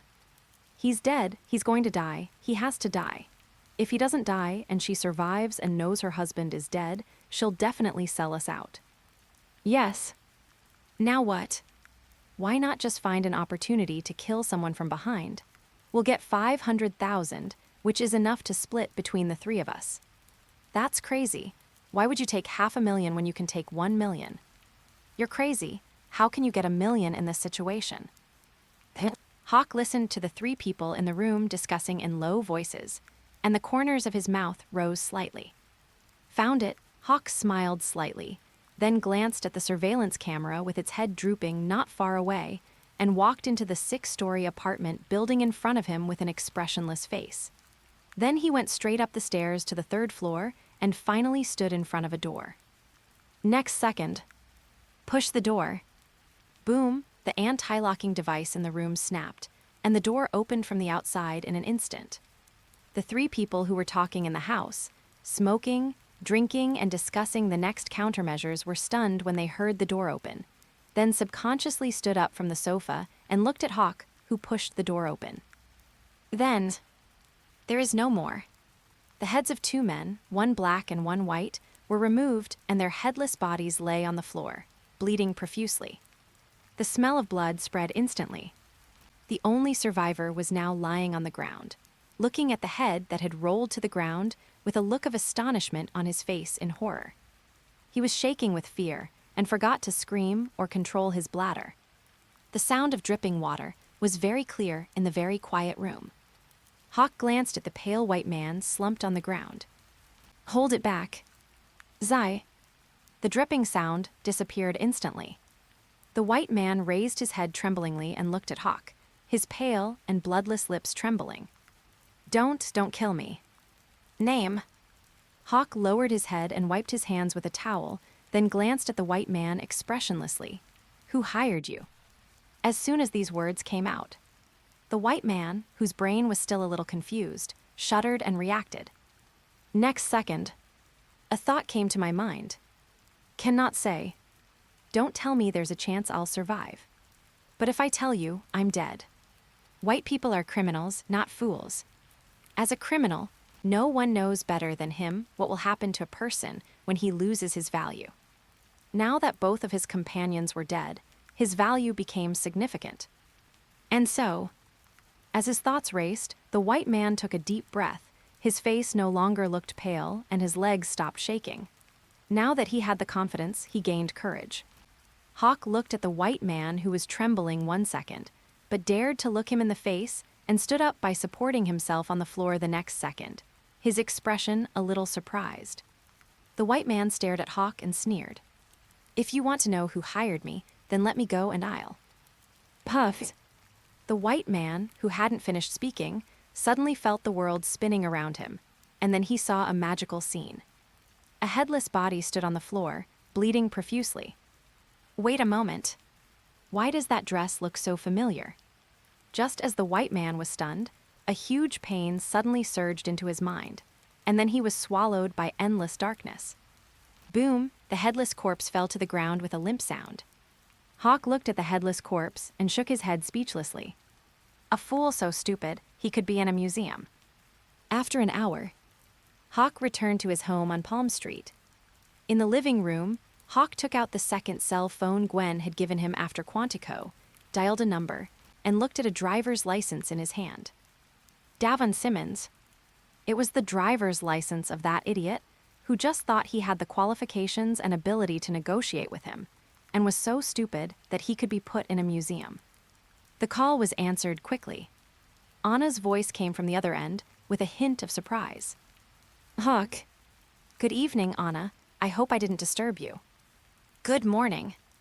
In a manner in Paris, Anna, wearing lace pajamas, opened the bedroom curtains and said with a smile, "It's 7 o'clock in the morning in Paris." Hawk suddenly realized, and then got straight to the point without any nonsense. "Please help me check this person, mainly check his bank account to see if there is a transfer of $100,000. If so, please help me find the sender's information." "No problem. Do you have a name?" "Davon Simmons from New York." Hawk gave the name on the driver's license in his hand. If Davon Simmons had spoken less in the room just now, Hawk probably wouldn't have killed him. But who made him hear Davon Simmons talking about the employer who had given him $100,000 in action funds when he was downstairs? Just prepay. It doesn't matter if Davon Simmons doesn't say anything. He just needs to find out who transferred the money to Davon. Anna, who was in Paris, wrote down the name with a pen and responded, "No problem. I'll arrange for someone to check it out when you need it. The sooner the better." "Okay, I'll let you know as soon as there's news." "Thanks." "You're welcome." Anna smiled and waited until Hawk hung up the phone before hanging up. After Quantico, Hawk was made an exception within the organization and was someone they had to win over. Since she was the first person to come into contact with Hawk, her status rose accordingly. Just yesterday, she was still trying to think of an excuse to contact Hawk. After all, it's a relationship. Only when there is contact can a relationship be established. After a long time, if there is no contact, even the best relationship will fade. Result: while she was still wondering how to contact Hawk, Hawk contacted her first. "This is good. Anna thought to herself, then glanced at Davin Simmons' name on the handwritten paper, picked up the phone again, and made a call. Since Hawk trusts her so much, she can't let Hawk down. The next day, Hawk returned to school on the school bus. Gwen didn't come. The kidnapping case happened just yesterday. Not only Gwen, but also Gwen's 2 younger brothers have asked for leave from school and stayed at home temporarily. After all, it is safer to stay at home until the kidnapping case is solved and the cause is found. When Gwen called in the morning and told Hawk not to pick her up, she also said that George had stayed at the Queens police station all night working on the attempted kidnapping case. But Gwen didn't come, someone else did. Mary Jane. Mary, who seemed to have been waiting in the parking lot for a long time, her eyes lit up when she saw Hawk getting off the school bus. She pulled Peter beside her and ran up. Mary's eyes flashed with gossip, and she lowered her voice to ask a series of questions. Hawk, what happened? Is it a kidnapping? Is it true? Who did it? Do you know? Hawk was stunned by the machine gun-like questions, then looked at Peter without saying a word, but his meaning was very clear. Your girlfriend, take care of her. Peter smiled sheepishly. The meaning is also very simple. Between him and Mary, Mary makes the decision on small matters, and he makes the decision on big matters. But it is Mary who decides on matters that are not big or small. It's over. The spider spirit has completely become a domesticated spider. Hawk thought to himself there was no other way but to go on stage. He said to Mary curiously, "Didn't you and Peter take leave at the beginning of the school year? Don't you have to go to work today?" As soon as school started, Mary asked Peter for leave. Mary went to work in a restaurant. Peter returned to the Daily Bugle and earned bonuses by selling his selfies to save for his future college living expenses. Mary rolled her eyes. Gwen has such a big problem, we definitely have to come over. Hawk nodded, then quickly answered the question Mary had just asked. Okay, the kidnapping attempt failed, the person hasn't been found yet. Gwen is staying home for the time being. Is there anything else? Mary shook her head. Hawk smiled slightly. Okay, I'll go find the counselor first. Do not care. Take a leave first, and after solving Gwen's kidnapping case, we will go directly to Africa. Hawk's request for leave did not encounter any obstacles, and the counselor readily agreed to Hawk's request for leave. If you have enough credits and are accepted into a university, it is unlikely that you will be rejected by the counselor. And the good news is not just Hawk's leave. Just as Hawk came out of the counselor's office, his cell phone rang. It was sent by Anna. Hawk clicked on the text message and looked at the name Anna had sent. He raised his eyebrows and thought of a sentence in his mind. To cut weeds, we must remove the roots. Otherwise, new life comes with the spring breeze. End of this chapter, Chapter 94, Aegis maintains world peace, not just the peace of one family. Chapter 94, Aegis maintains world peace, not just peace within one country. First update, please subscribe. The content of the text message sent by Anna was simple. Just a name. Betty Ross. When Hawk saw the name, he immediately thought of the origin of the name. Daughter of Thaddeus Ross. Bruce Banner's wife. Yes. Wife. This happened when school started. The Daily Bugle, which focuses on gossip, also published a photo of Bruce Banner and Betty Ross registering their marriage at New York City Hall. Peter brought that newspaper. Because Peter worked part-time at the Daily Bugle, he could bring a copy of the Daily Bugle newspaper every day, which was a rare benefit from the newspaper. Hawk just glanced at it at the time and didn't take it seriously. After all, it was Thaddeus Ross, not Betty Ross, who was against him. Just like Hulk, he killed the Hulk, but not Bruce Banner. Injustice has its head, and debt has its owner. Hawk doesn't practice collective punishment. Okay. At least that's what he used to think. Now, he got it. Hawk was thinking in his heart. At this moment, the phone rang, and it was Anna's call, followed by a text message. Connected. Hey. Hawk, I'm sorry it took some time. The account that transferred the money to Davin Simmons is also a well-known information dealer on the black market. It took our people some time to find him, but he finally told us his employer's information. Betty Ross. Hawk didn't care how Anna was found, he only cared about the result. Are you sure it's her? Confirmed. 5 days ago, Betty Ross's bank account transferred $200,000 to this intelligence agent. Afterwards, this intelligence dealer contacted Davin Simmons. Oh, and our people also found a recording of the call between Betty Ross and the intelligence dealer. Do you need it? No, as long as you don't find the wrong person. You can't go wrong. It's easy to find. I've sent you Betty Ross's address in New York. Thank you. You're welcome. Hawk thanked Honor again, then hung up the phone, glanced at the address of the text message sent, and then put the phone back in his pocket with a calm expression. He is very good at learning. After all, learning is the ladder of human progress. This time too. In the past, he believed that every wrong has its perpetrator, and every debt has its creditor. Then Betty Ross did this. If he hadn't happened to light up the dragon constellation, his microcosm had been sublimated because of the appearance of the dragon constellation and the Phoenix constellation. And if he hadn't happened to find the door to the sixth sense, then at the moment Gwen left, the sixth sense would have warned him. What would have happened next if the sixth sense hadn't warned us then? Hawk didn't even dare to think about it. Even if the worst happened, he could still go to hell and bring Gwen back. But what if he can't go, and so, lessons from the past, the teacher behind the car. It is not too late to mend the dead. This is both experience and lesson. After, this kind of thing will never happen again. Hawk's thoughts turned, and he replaced the idea of every wrong has its perpetrator.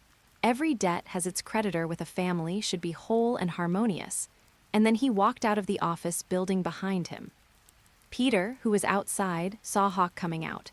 Just as he was about to meet him, he suddenly felt the murderous intent emerging from Hawk.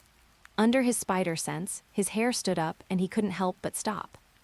Hawk looked at Peter, his murderous intent subsiding. Peter, you didn't leave, where's Mary? Peter came back to his senses. Mary went to see Gwen. How about you? Hawk walked down the steps and followed Peter towards the school gate. What's up?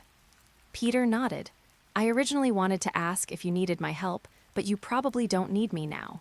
If nothing unexpected happens, you should already know who wants to kidnap Gwen. Hawk hummed. Seeing this, Peter said, okay, call me if you need anything. I'm going to look for Harry. Harry called me yesterday, and I felt that something was wrong with him. Hawk was curious when he heard this. Harry? Didn't he say last time that he had successfully taken over Osborne Bioindustries? Harry Osborne also came when school started, but he also came to ask for leave. Because Norman died, he needed to take control of Osborne as soon as possible. At the beginning of the school year, Hawk remembered that Harry said that with the help of Felicia Hardy, he had successfully taken over Osborne Bioindustries. Who knows? Peter shook his head and said to Hawk, I'll be leaving first. Call me if you need anything. Hawk smiled and nodded. Okay, call me. Contacting via phone. After Peter waved goodbye to Hawk, he ran towards the woods nearby. After a while, Spider-Man came online, and with a whoosh, he pulled the spider silk that was shot to who knows where and disappeared from sight with another whoosh. He didn't even ask Hawk what he planned to do with the kidnapper. Because there's no need to ask, Hawk will definitely kill her. It's a done deal. He was certain, and he understood, that if someone tried to kidnap his Aunt May, he would kill them. With no exceptions. Just like he had killed the man who murdered Uncle Ben. One more time. The Peter Parker here is the Spider-Man, the bully Maguire. He may be kind, but he is definitely not a saint. Maybe it is because of this that Venom's greatest evil wish is just to get a raise and a discount on suits. Hawk looked at the spider spirit who disappeared from his sight in the blink of an eye, smiled, retracted his gaze, then walked out of the school gate and hailed a taxi. Jersey City. Lincoln Park. Okay. The white driver glanced at Hawk, getting into the car through the rearview mirror. After hearing the address, he was delighted, nodded, and quickly started the car and got on the road.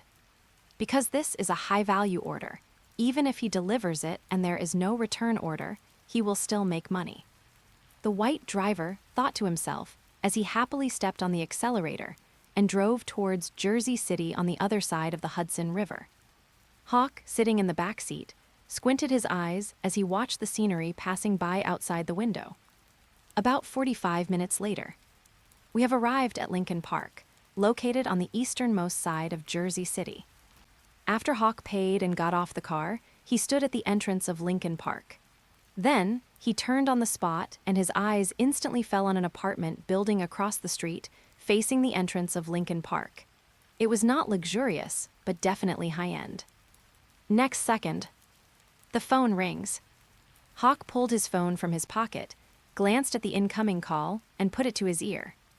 The moment the phone was connected, a female voice that sounded very heroic came out.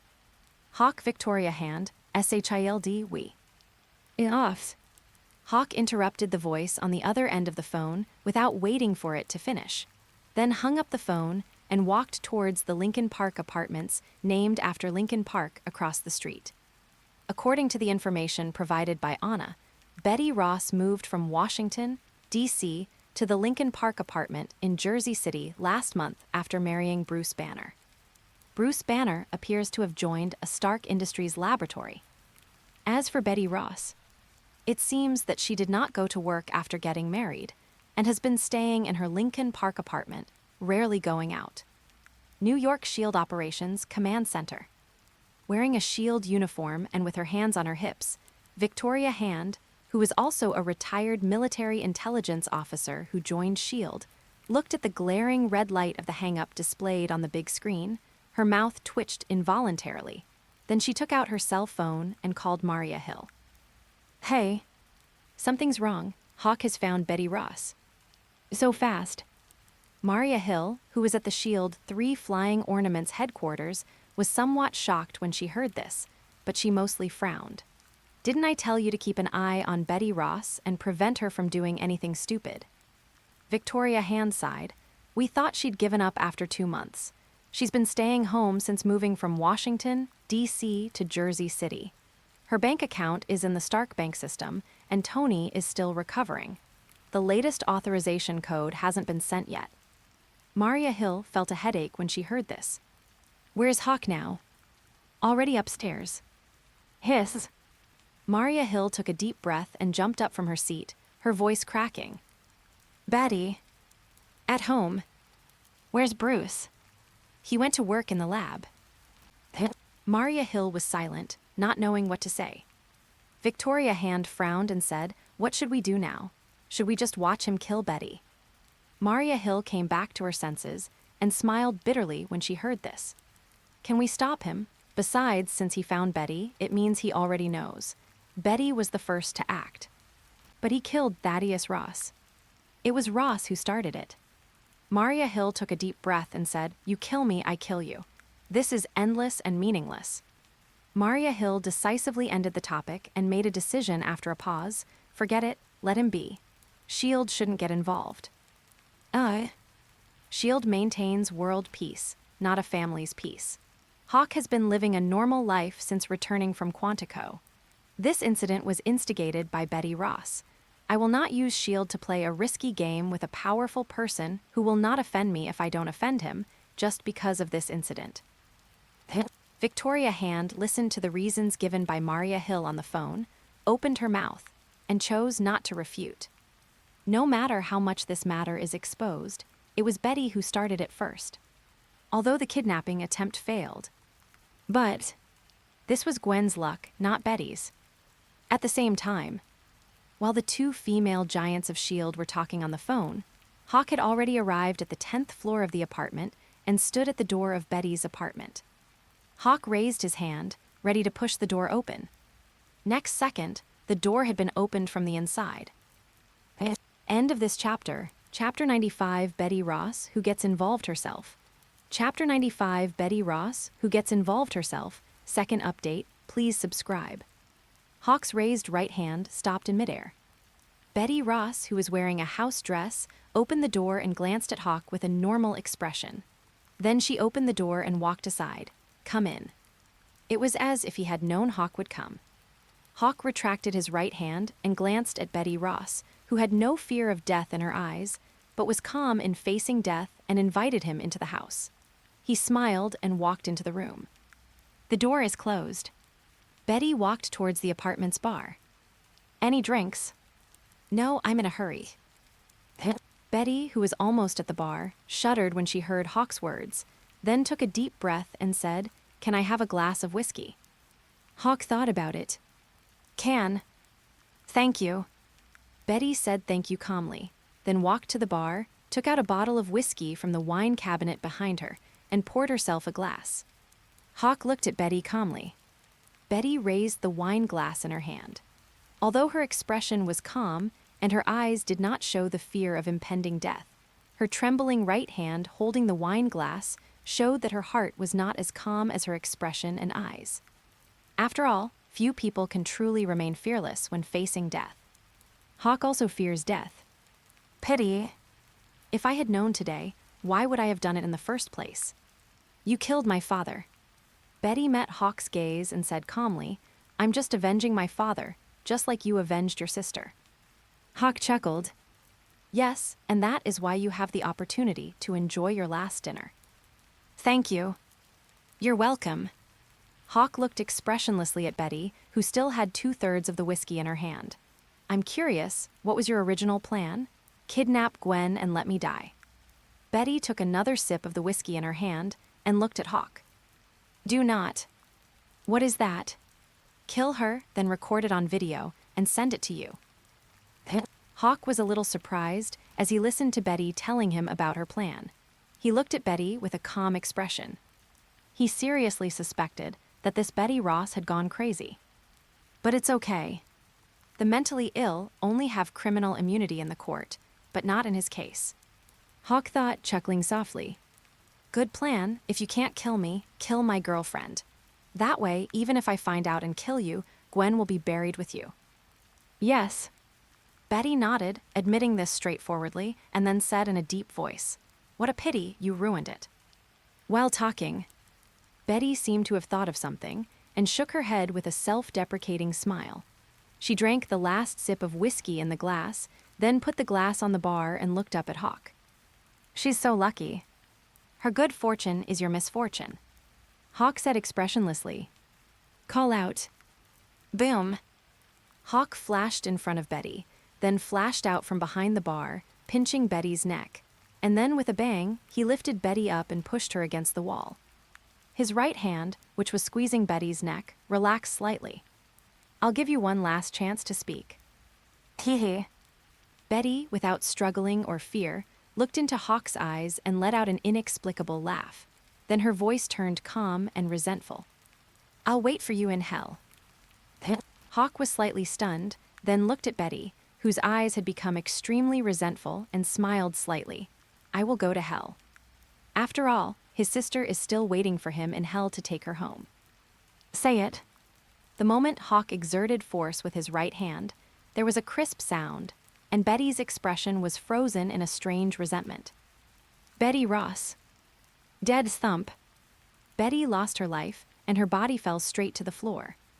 Hawk turned his gaze away from Betty's body and fixed it on a large photo on the living room wall not far away. It was a photo taken when Bruce Banner married Betty Ross. This is their wedding photo. Hawk raised his eyebrows, as if he had thought of something, and his gaze once again fell on Betty's lifeless body on the ground. Thoughts flashed quickly through his mind. After a while, Hawk looked at Betty's body and laughed unexpectedly.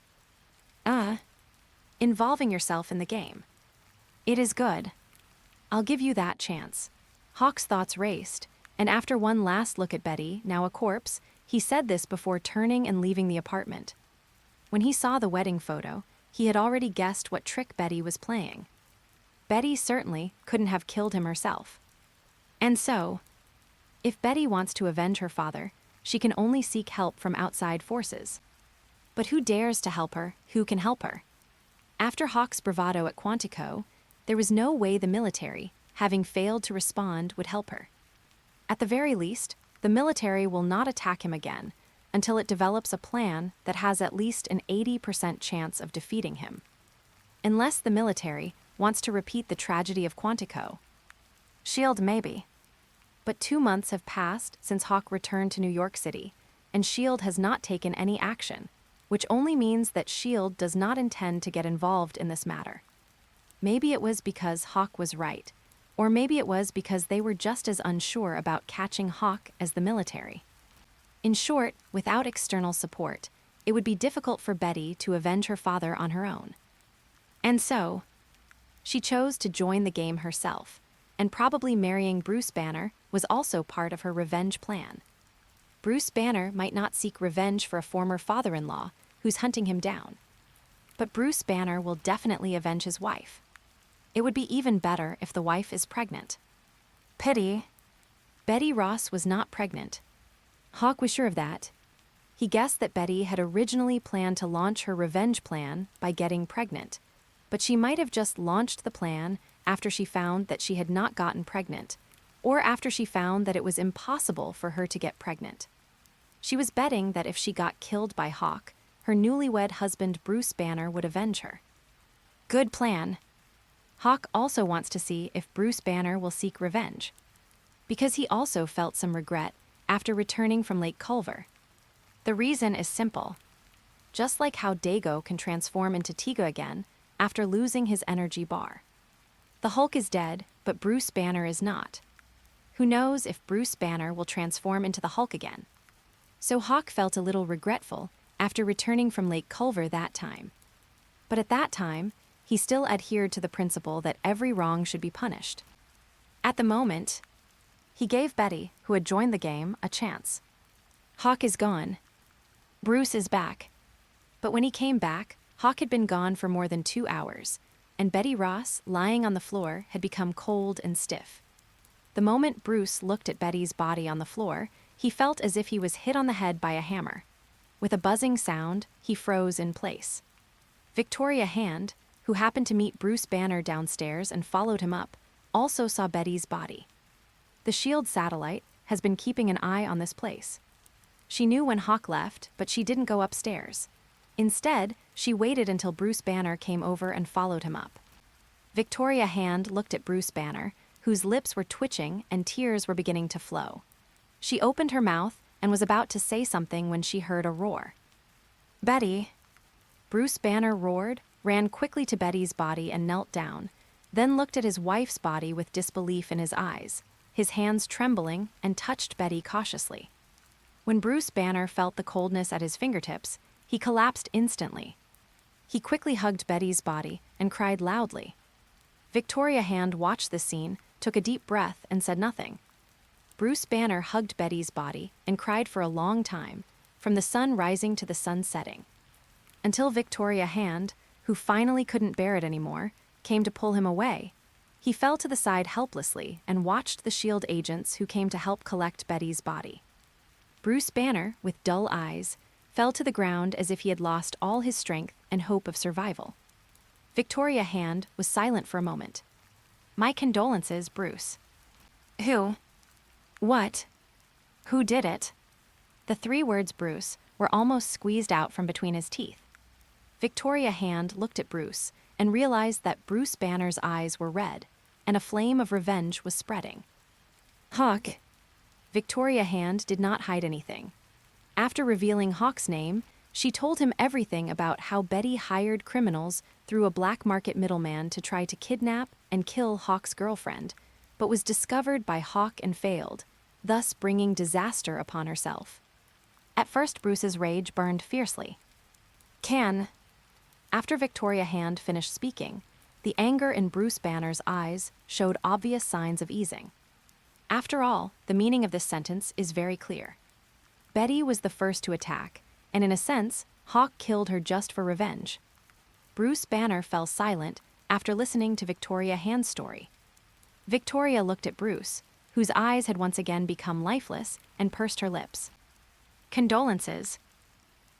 Bruce Banner fell to the floor, then seemed to think of something, looking at the wedding photos hanging on the wall of the hall as if in a daze. End of this chapter, Chapter 96, Nick Fury, and quot, yes, Betty is pregnant and quot. Chapter 96 Nick Fury, yes, Betty is pregnant, third update, please subscribe. A few days later. Hawke drove the black Audi A8, repaired by CoProsperity Insurance, and took Gwen to Kennedy International Airport. Today is the day Gwen flies to California and visits Berkeley. Originally, George wanted to give it to me. During dinner last night, George specifically brought up this matter, but Gwen rejected the proposal on the spot. After Hawke parked the vehicle, he took the suitcase out of the trunk. Gwen then naturally took Hawke's arm, and the two walked towards the entrance not far away. Is there anyone to meet you at the airport? Don't worry, there's a specialist from the University of Berkeley to pick you up at the airport. Okay. If you're worried, you can go with me. Gwen glanced at Hawke and blinked. Maybe there's a robber trying to kidnap me over there too. Hawke heard this and looked at Gwen quietly, without saying anything. After a while, he looked back. Not over there. You sure? Yes, I'm sure. Hawke's tone was very firm. This incident with Betty Ross was the first, and would be the last. Well known. The same moves are ineffective against Saint Seiya. And so, after Hawke accompanied Gwen to pick up the plane ticket and waited for Gwen's flight at the boarding gate, he took out a note with a phone number on it from his pocket and handed it to her. Give. What is this? Gwen took the note, turned it over with her little hand, saw a string of numbers on it, and looked at Hawke curiously. What's this for? Hawke smiled and said, She's responsible for protecting you while you're in California, but you should be able to see her once you get off the plane. Gwen's eyes widened, and then she burst out laughing. I'm just kidding, Hawke. I do not have. Hawke's expression was serious, and his tone was earnest. Although California is not far away, it's just in case. Gwen frowned slightly. I thought this kidnapping case was over. It's over. Hawke smiled slightly, but there is still an uncertainty. Why not solve it in advance? Betty Ross is dead. But Bruce Banner isn't dead yet. And Bruce Banner is what he calls the uncertainty factor. Gwen looked at Hawke, whose eyes flickered and frowned. Hawke. Promise me, don't let your heart get agitated. Gwen held Hawke's hand, looked at Hawke tenderly as he sat next to her and boarded the plane with her, and said softly, at least for now, Bruce Banner is still innocent, isn't he? The New York Police Department has also closed the case. To be precise, it was not the New York Police Department that closed the case itself, but the FBI said that when they arrested a police hater and killed him, they found a connection with Gwen's kidnapper in his home. In short, it's just one sentence. The mastermind behind the attempt to kidnap Gwen was shot dead on the spot by the FBI. The New York Police Department was stunned when they learned the news. Same with George. But Gwen knew the inside story, because Hawke did not hide it from her, so Gwen also knew Betty Ross's plan to get involved. After hearing this, Gwen also had an indescribable feeling. But there are all kinds of feelings, except sympathy. Again, she is kind, but not a saint. At least not so saintly as to ignore the murderer who wants to kill her. After all, throughout the whole thing, from beginning to end, Hawke has been fighting back in self-defense. Would Hawke have attacked Quantico if Thaddeus Ross hadn't come to attack Hawke? This time too. Would Hawke have killed Betty Ross if she hadn't been trying to kidnap and assassinate Gwen? The answer is no. If she hadn't been lucky enough and Hawke hadn't appeared in time to save her, she would have been the one to die. So Gwen has no sympathy for Betty Ross. In a word, she deserves to die. But Bruce Banner. Gwen was listening to Hawke's story about Betty Ross's plan to get involved, and when she heard Betty Ross's plan for Bruce Banner, she had only one comment. Bruce Banner is so pitiful. Yes, pitiful. Because in Gwen's opinion, if Betty Ross really loves Bruce Banner, then she should hope that Bruce Banner will be happy. Instead of what is happening now, the so-called marriage and love are just to plot against Bruce Banner. Hawke regretted what he said and decided to take Bruce Banner with him. It was Gwen who held Hawke back. Gwen used the same excuse then as she does now. Betty Ross deserved to die. But Bruce Banner is just a poor guy who was schemed by Betty. Don't let your heart flutter, Hawk. Once again, try to be a person with a clear conscience. Of course. If Bruce Banner is really calculated by Betty Ross, I will definitely not stop you at that time. I promise you, I'll make this call as soon as I get off the plane. Gwen whispered softly, soothing Hawk's restless heart. She held the note with the phone number on it in her little hand and looked at Hawk with a serious assurance. Eyes facing each other. Hawk opened his mouth, then finally shook his head and laughed. All right. Then let's wait and see if he falls into Betty Ross's trap. Gwen listened to Hawk's assurances, a gentle smile on her face. At this time, the flight to California also began boarding. Gwen stood up and gave Hawk a hug and kiss. Okay, I'm leaving. It is good. Hawk smiled and watched his girlfriend board the plane. After half an hour, the flight to Berkeley, California, taxied onto the runway, reached decision speed, and then lifted off into the sky. Hawk looked at the flight disappearing into the clouds, then withdrew his gaze, took a deep breath, and turned to the airline counter. 1 ticket to Paris in half an hour, thank you. He checked online yesterday and found that there was a flight to Paris that would allow him to fly to Paris seamlessly after sending Gwen on board, and then take a special flight from Paris to Africa. He even booked a vehicle online at the African airport. Once you get there and get off the plane, you can drive straight to Wakanda. Soon. Flight 180 from New York City to Paris also entered the taxiing state after completing the boarding procedures. At the same time, a funeral is being held in a cemetery in Jersey City. But there weren't many guests coming. But there is a saying, quality is more important than quantity. Although the number of guests coming here is small, all the guests who can come here are from important backgrounds. Bruce. Pepper. Condolences. Pepper Potts, CEO of Stark Industries, who had just cleared the extremis virus from her body and returned to normal last month, wore a black dress and veil.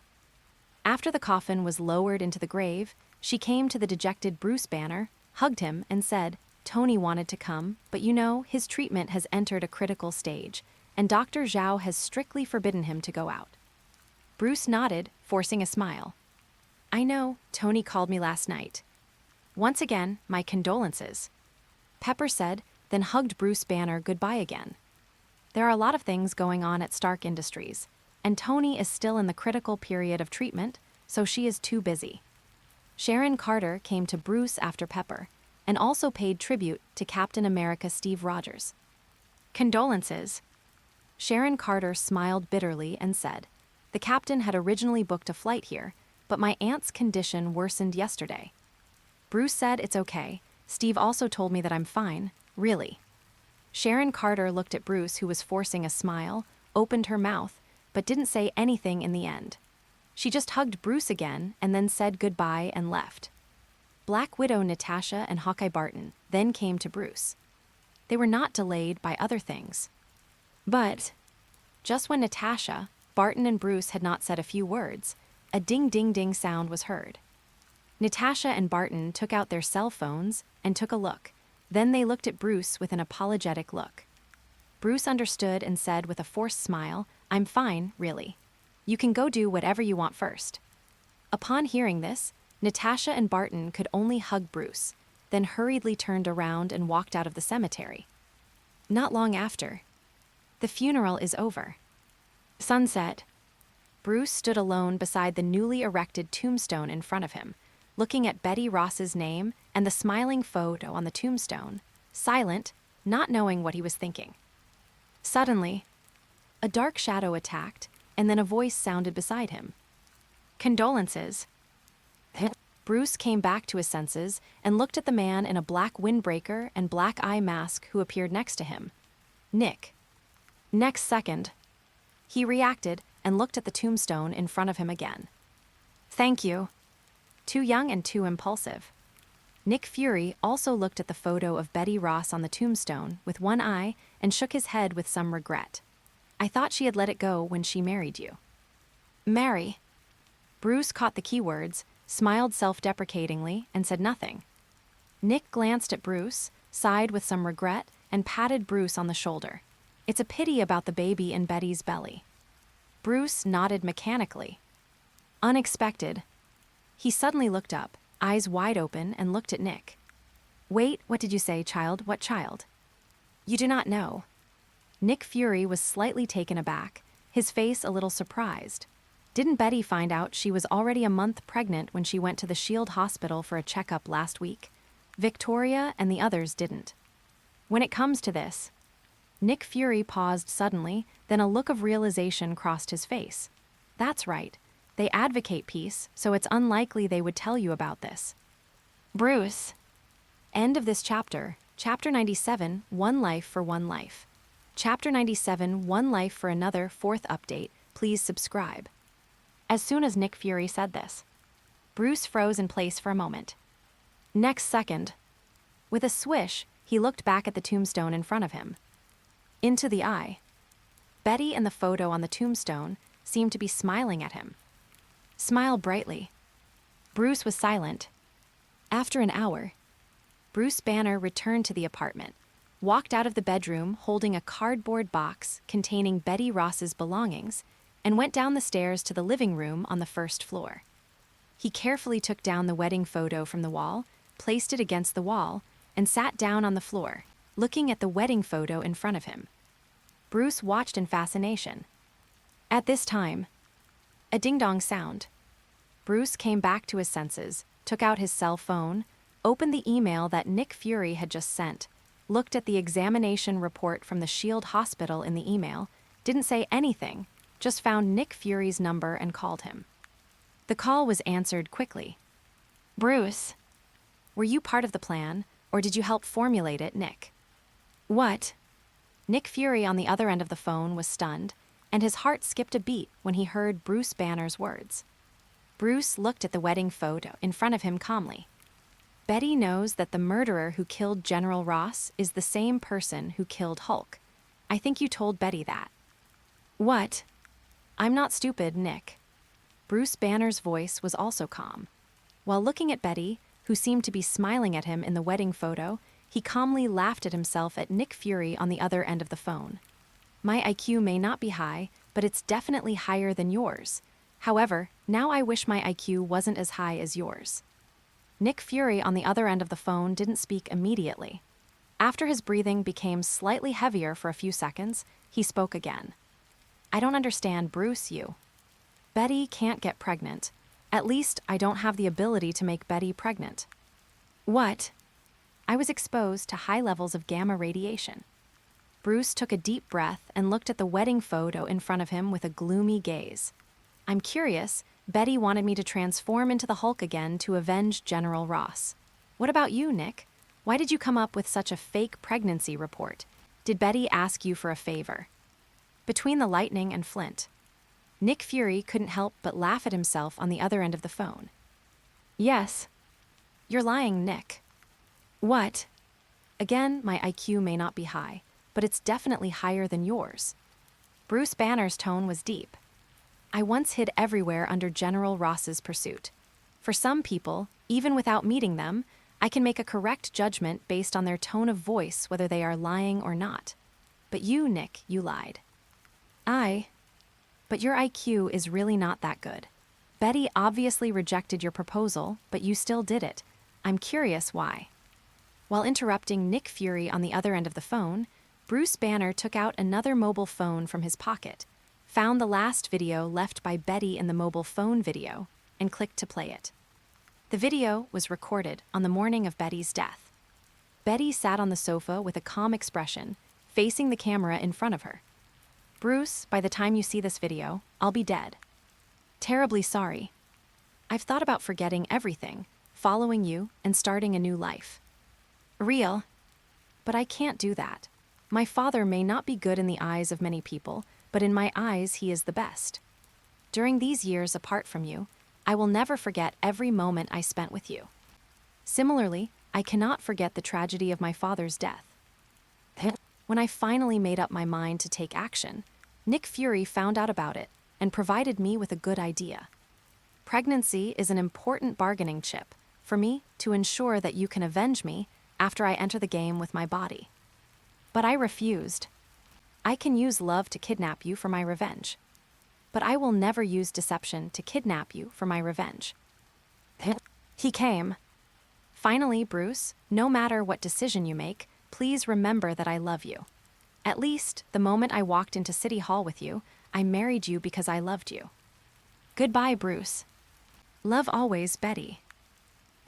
That's all for Betty's video. After Bruce finished the video message, he turned to Nick Fury, who was breathing heavily on the other end of the phone, and said, "Nick, you didn't expect Betty to leave me a last word, did you?" "Indeed, I didn't expect it." Nick Fury, on the other end of the phone, was thinking. "But he's too dangerous. We need someone who can step in and stop him from doing anything unpredictable. Natasha and Barton can't. Captain America can't do that either. Tony Stark has also decided to remove the reactor from his chest and no longer be Iron Man. Thor has never appeared since he went back. Now only you, Bruce, can stop this from happening by reawakening the Hulk. So I'm sorry about Betty's death. But Bruce, you should have stood up." Nick Fury explained in a deep voice on the other end of the phone. "In short, there is only one core idea. Hawk is too dangerous and needs to be controlled by us, and you, Bruce Banner, are the best weapon we have to control Hawk." But Bruce couldn't help laughing when he heard that Nick Fury didn't regret it at all after his plan was discovered, but instead gave a convincing explanation. "Nick Fury, you are such a hypocrite."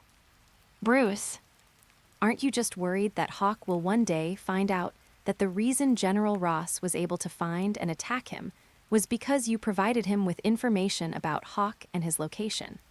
Aren't you worried that Hawk will crush your head like he did to General Ross? You're scared. So you want to use Betty's eagerness to avenge General Ross to fulfill your own plan. But you didn't expect Betty to reject your proposal. After Betty died, you didn't show up at first, just to observe whether I really wanted to help Betty get revenge. In the end, I remained unmoved and had no thoughts of revenge, and then you couldn't sit still. So you showed up and made this fake pregnancy report. What for justice? You're such a hypocrite, Nick Fury." Bruce Banner mercilessly tore off Nick Fury's fig leaf without any scruples, exposing Nick Fury's shiny black buttocks. "But this is very much like you. Just like last year, I accepted your invitation to help you deal with Loki, but you ended up preparing a cell for me." Nick Fury, on the other end of the phone, listened to Bruce Banner's words without any change in his expression. "Bruce, I'm sorry you would think that. You should be sorry." Bruce Banner didn't indulge Nick Fury. He sneered and directly revealed Nick Fury's current thoughts. "Nick, the reason you haven't hung up the phone yet is because you don't want me to tell Maria Hill and the others about this. Don't worry, I won't tell them. Now you can hang up the phone in frustration." The words fell. There was a sudden tone of hanging up from the other end of the phone. Just like Bruce had just said to Nick. His IQ may not be very high, but it is definitely above Nick Fury's. Bruce Banner looked at the hung-up phone, shook his head, and didn't take it to heart. He indeed had no intention of telling Maria Hill about this. There is no need, and it doesn't matter.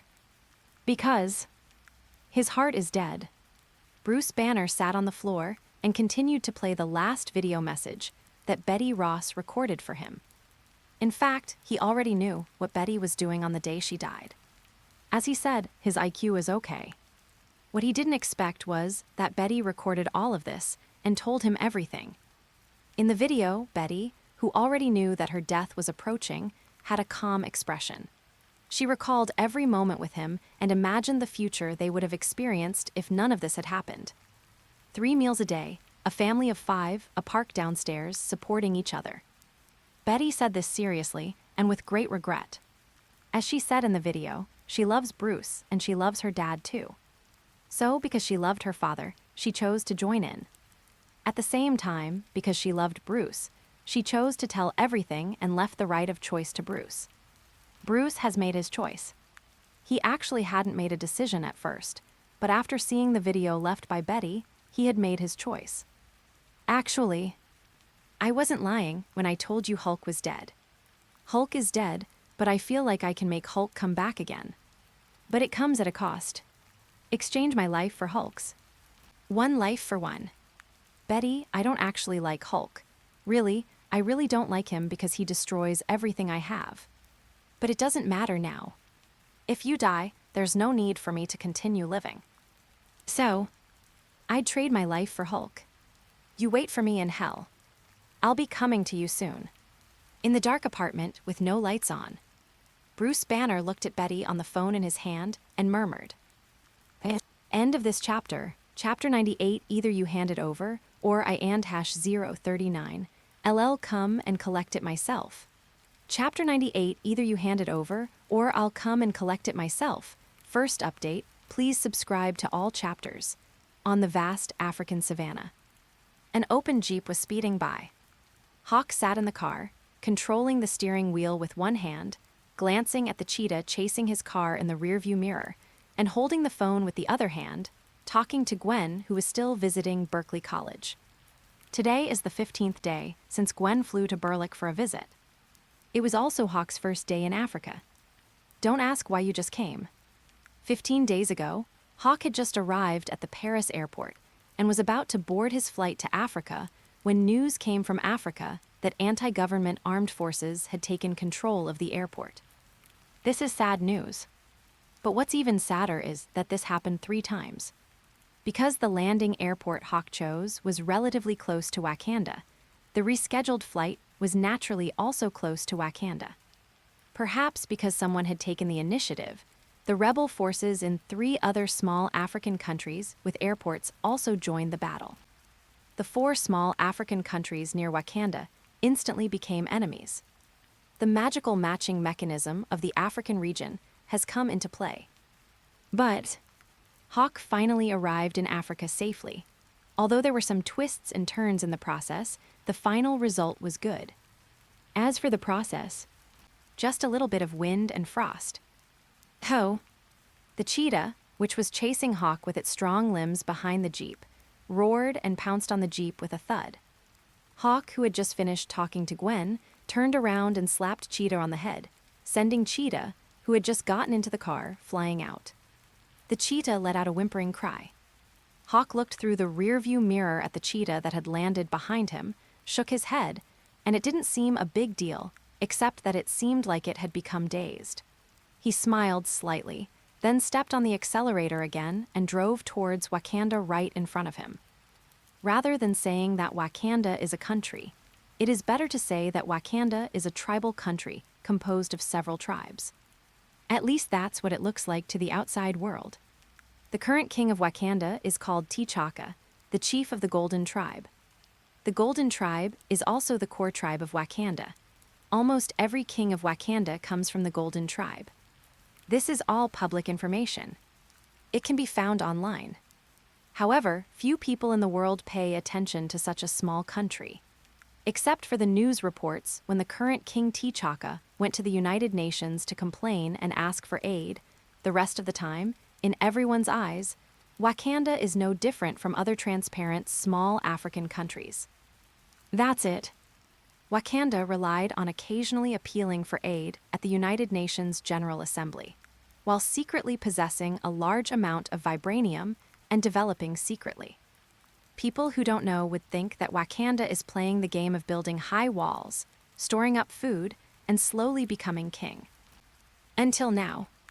Noisy, Hawk stepped on the brakes, and the tires of the jeep under him braked instantly, rubbing on the grass, and then stopped in front of the tribe formed by more than 30 tents.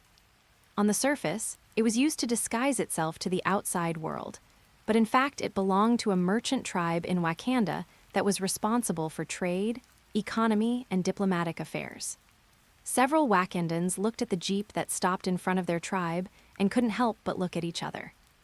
After Hawk got out of the jeep, he saw at a glance the huge forest in the distance that looked pristine weather seen with the naked eye or from a satellite. But after Hawk activated his 5 senses, what he saw was not what he thought.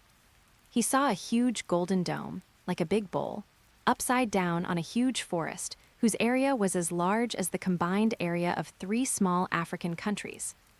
Really? He was right. Wakanda is hidden in the undeveloped primitive jungle marked on the map. Hawk thought to himself, then looked away and looked at several Wakandans who came out of the tribe in front.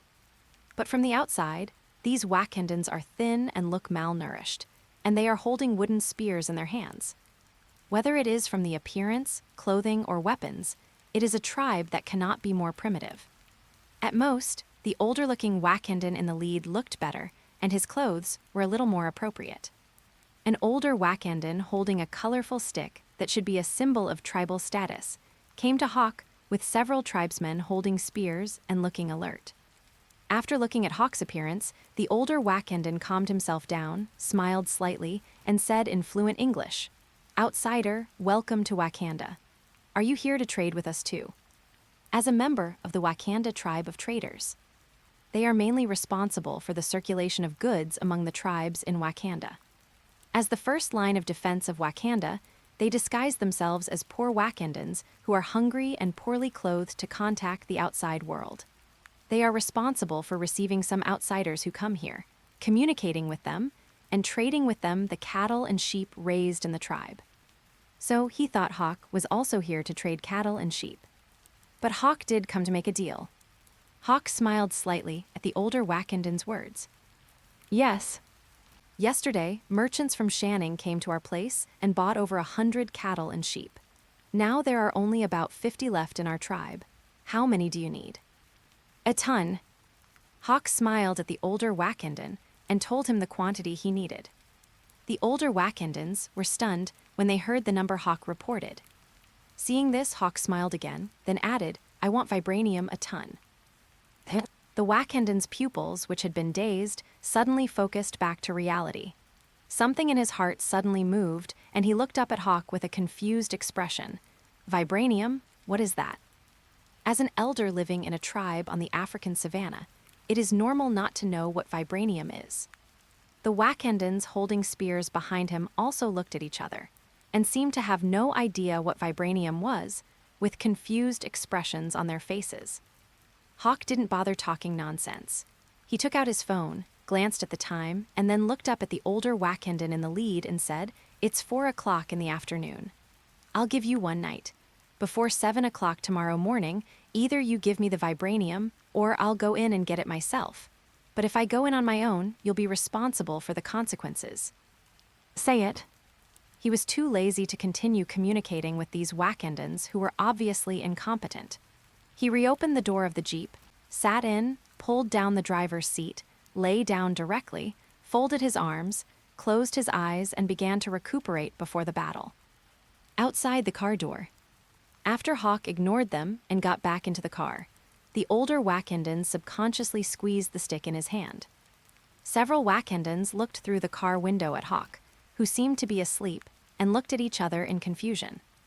Next second, one Wakandan lowered his voice, but just as he was about to speak, the older Wakandan shot him a sharp look, instantly shutting him up. After a while, the older Wakandan and several other Wakandans returned to a tent in the tribe that was used as a disguise. Several Wakandans stood inside the tribe as if they were seeing outsiders for the first time. They looked curious, wanting to get closer but also afraid, at the Jeep parked not far away. Have to say, they act very well.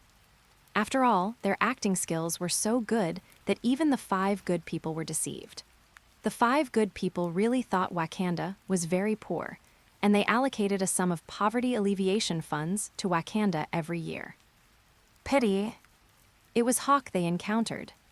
A time traveler who ignores their acting and goes straight to the truth. Night falls quickly. A bonfire was lit in the Wakanda tribe, as if some event was being held. Many Wakandans gathered around the bonfire to celebrate. But, as they talked and laughed, they glanced at the stalled Jeep parked outside the tribe. As the sound of laughter rang out, several people seemed to have forgotten to switch to the local language and continued to whisper in English. "Is he still in the car?"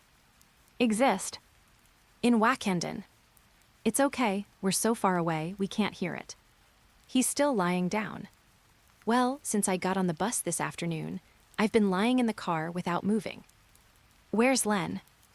"Go home." "Okay, then let's wait for news and keep watching." As the whispering ended, the people who were talking perfectly integrated into the sleepless night bonfire party that was held on the spur of the moment tonight. Hawk, who was sleeping in the Jeep, heard the whispers of these people. The corners of his mouth rose slightly, and then he ignored them. His mind sank into his own small universe. Under the interplay of Draco and Phoenix, the door to the sixth sense that was still out of reach appeared before his eyes again. The next day, early morning, Hawk opened the car door, got out, stretched his body, and after stretching his muscles, he took out his cell phone, checked the time, and found an open space to start his daily habit of punching 10,000 times. In the tribe, in a tent near Hawk's side, 2 Wakandans were using a small hole to peek at Hawk, who was punching the air.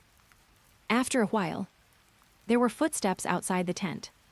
It was Lun, the older Wakandan. Lun, who had returned home at night yesterday and reported the situation, came back again with a dozen Wakandans and left the tribe again. Don't ask him why he has to go home and report. The question is, their acting is good enough. In primitive tribes, communication relies on shouting. Just as the older Wakandan named Lun was about to leave the tribe to drive Hawk away, traces of a jeep appeared not far away. His accomplice, the older Wakandan, paused as he watched this, thinking to himself. Hawk also saw the jeep coming towards them at this moment. At the same time, he also saw the driver in the jeep. Bruce Banner. End of this chapter. Chapter 99, The Evil Saints Have Arrived at the Door. Chapter 99, The Evil Saints Have Arrived at the Door, second update. Please subscribe. Bruce Banner drove a jeep to a stop in front of Hawk, opened the door and got out. After Hawk threw the last punch, he looked at Bruce, who came here and appeared in front of him. The Wakandans stood at the entrance of the tribe, watching this scene and looking at each other in confusion. Eyes facing each other. Hawk spoke first. Dr. Banner. Hawk. Bruce Banner, who looked unremarkable in both appearance and demeanor, nodded and greeted Hawk, looking as if he were greeting an old friend. He then surveyed his surroundings and said, "This place has a beautiful view. Very suitable for a long sleep." Bruce added in his mind, "Although Wakanda is seen by the outside world as a poor country with scarce resources, even other small countries are too lazy to even look at it. But the scenery around the Wakanda tribe is indeed beautiful. Grassland, Tubao, forest. The most rare thing is that there are few traces of modern industry around. In this magical land of Africa, it can be regarded as a rare natural paradise." Hawk heard the double entendre in Bruce's words and chuckled. "I thought you gave up." "Originally. Then why did you change your mind?" "Betty left me a message." "Oh." Hawk nodded in understanding, then shrugged. "You can wait until I get back to New York to talk about it." Bruce shook his head. "Not in New York." "Why?" "There are so many people. What if a second Hawk appears after the two of us start fighting?" "Haha." Hawk couldn't help but laugh after hearing Bruce's explanation. Then he restrained the smile on his face and looked at Bruce. "Then here." "Well, here it is." "It is good." Hawk smiled slightly when he heard this. Next second, Hawk's figure disappeared instantly, and when he appeared again, he was standing where Bruce Banner had just stood. As for Bruce, he bent his body and flew backwards like a cooked shrimp. Boom, boom, boom, Bruce flew backwards like a cannonball, crashing into the grass and digging a hole. He continued to plow with his body as a plow for about 50 meters, then stopped. When the sounds and dust disappeared, Bruce was seen lying in the ground covered in mud, without a breath. "Died?" Hawk stood there, looking expressionlessly at Bruce, who had lost his life in the distant clearing. Since Bruce wants to die, he will not persuade him, but will only help him. "Only." Time is ticking. Bruce Banner was lying on the clearing, breathless. The residual heat of his body was rapidly dissipating, but Hulk still did not come back to life. Hawk looked at Bruce's body until it gradually cooled down, but he didn't notice any signs of resurrection. Hiss, did I think wrongly? Did Bruce Banner just come here to die? Hawk was a little confused. He couldn't understand. Forget it. Vibranium matters. Hawk thought to himself, withdrew his gaze from Bruce Banner's cold body, and turned back to look in the direction of the Wakanda tribe. Into the eye. The sound of bells, symbolizing an enemy attack, echoed over the Wakanda tribe. One after another, Wakandans, holding spears that looked like wood, formed a defensive formation under the leadership of the older Wakandan, looking vigilantly at Hawk, who slowly turned around. It's 7 o'clock. Vibranium. Hawk returned to his jeep, took out his cell phone, checked the time, and threw the phone into the car. Then, he rolled up the cuffs of his black shirt and walked towards the Wakanda tribe. His voice was as calm as ever. After Hawk stood 5 meters away from the older Wakandan, he slowly raised his head, his sharp eyes ignoring the Wakandan in front of him who was holding wooden spears and ready for battle, and fixed his gaze on the older Wakandan. Hand it over. Don't think about it. The older Wakandan shouted in a deep voice, and the stick in his hand, which seemed to symbolize his status, suddenly fell to the ground with a sound of metallic collision. The stick in his hand seemed to be flowing with light, and then at a speed visible to the naked eye, it changed from a stick that looked like a scepter to a metal spear with a strange shape. Boom, boom, boom, as the older Wakandan changed his weapons, the assembled Wakandans behind him, holding wooden spears, also struck the ground with their spears. The wooden spears in their hands also quickly changed their appearance. In just a blink of an eye, the Wakanda people who were primitive people holding spears in the previous second turned into primitive people holding alien metal weapons in the next second. The older Wakandan slammed his spear into the ground again. Wakanda. Long live, boom. The roars of more than 30 Wakandans were deafening, and the sound of their metal spears hitting the ground was like an earthquake. Next second, after a war cry, the older Wakandan took the lead in launching an attack, rushing towards Hawk with the metal spear in his hands. More than 30 Wakandans followed closely behind him. As if more than 30 black pigs roared and ran wildly. Hawk couldn't help but laugh as he looked at the Wakandans rushing towards him. God can testify that it was these Wakandans who launched the attack first, not him. But that's fine. If you don't take the initiative, I still have some moral baggage. This is just great. He just fought back. Hawk's thoughts turned, and then he looked at the older Wakandan who had already rushed to his front and chuckled. Body break. Boom at the moment when Hawk's figure was still in place.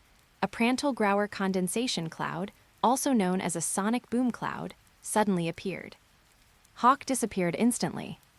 Next second, the older Wakandan completed the separation of flesh and bone visibly under the shocked gaze of the other Wakandans. Then, more than 30 Wakandans were thrown into the air and to both sides by a powerful impact. All of a sudden, more than 30 Wakandans fell from midair and landed on the ground like dumplings, making a continuous thud-thud-thud sound. But almost at the moment of landing, they had already clenched the spears in their hands again and gathered into a battle formation again. One of the Wakandans, looking at a freshly baked human skeleton lying not far away, couldn't help but roar. Lun is dead, you chose him. Hawk also glanced at the freshly baked skeleton, smiled slightly, and looked at the Wakandans. Last chance, hand over the vibranium. Don't think about it. Wakanda. Long live. What? Once again, they roared in unison, and more than 30 Wakandans, holding spears made of vibranium in their hands, launched the most unskilled charge tactics towards Hawk. Seeing this, Hawk stopped talking and looked at the Wakanda soldiers charging towards him. The moment he stepped back with his right foot, he raised his right fist. Next second, Hawk straightened his waist and punched out with his right fist. Lightning sonic fist. Bang, bang, bang. Fist shadows filled the sky, and a second later, 345 fist shadows covered the sky and the sun, enveloping the Wakanda soldiers who were charging towards Hawk. No screams. No roar either. There was no surprise at all. After Hawk threw a punch and lowered his right hand, there were no more Wakandan soldiers standing in front of him. Into the eye. On the grass not far away, the body was torn into pieces. In just a blink of an eye, the blood had dyed the grass red. But the vibranium spears they had just held in their hands lay intact on the red grass. Hawke walked over, hooked his right foot, stretched out his right hand, and grasped the spear made of vibranium. In the outside world, vibranium is priceless. But here, Wakanda is so wealthy that even its cold weapons are made of vibranium. Hawke thought to himself as he squeezed the vibranium spear hard. Then his left hand joined in, squeezing both ends of the spear with both hands and continuously squeezing. But as long as he didn't burn his microcosm, the vibranium spear didn't bend at all. It's vibranium indeed. Hawke threw the spear in his hand to the side, then turned around. The moment he stepped forward with his right foot, he disappeared in an instant, and the sonic boom cloud appeared on the ground again. Boom! The earth trembled at the moment the sonic boom cloud resounded, and the blood flowing on the grass also changed its direction and slowly flowed towards the cold body of Bruce Banner lying in the clearing not far away. When Hawke appeared again, he had arrived at the door of the real gateway to Wakanda, which appeared as an undeveloped primeval forest on the satellite map. Look around. A group of Wakanda soldiers wearing blue clothes and holding vibranium spears have gathered at this moment. In front of these Wakandan soldiers, there were more than 20 soldiers who were also wearing blue clothes, but riding mounts that looked very much like rhinos, but were taller than rhinos. More than 20 rhinos seemed to sense Hawke's danger instinctively, pacing and snorting uneasily. Hawke's eyes fell on the bald black woman standing in the front, who was also wearing blue clothes but had many golden collars around her neck. The bald black woman is called Uat and belongs to the Wakanda border tribe. If the merchant tribe Hawke encountered before was the first line of defense for Wakanda's disguise, then the border tribe in front of him was the first line of defense that Wakanda used to protect the real Wakanda. The border tribe's duty is to guard Wakanda's borders. They are the most elite fighters. They are the strongest soldiers. Ai, a bald black woman who was also riding a giant rhino, raised the spear in her hand and pointed it at Hawke, who was trying to invade their territory. Wakanda. Long live. Charge. End of this chapter. Chapter 100 Before Wakanda, the Demon Hulk returns from hell. Chapter 100 Before Wakanda, the Demon Hulk returns from hell. Third update. Please subscribe. Rumble, as more than 20 giant rhinoceros mounts began to run, the ground beneath their feet began to shake at this moment. Intruder die. The first to be hit was Oi, who had a golden collar around his neck and roared while holding a vibranium spear in his hand. Wakanda.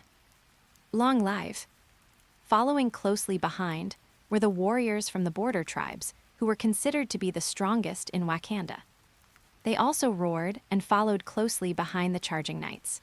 Wearing blue clothes, they charged towards Hawke like a group of blue flea beetles. Hawke looked expressionlessly at the Wakandan soldiers in front of him who were rushing towards him like a tidal wave, determined to drown him. Next second, he moved.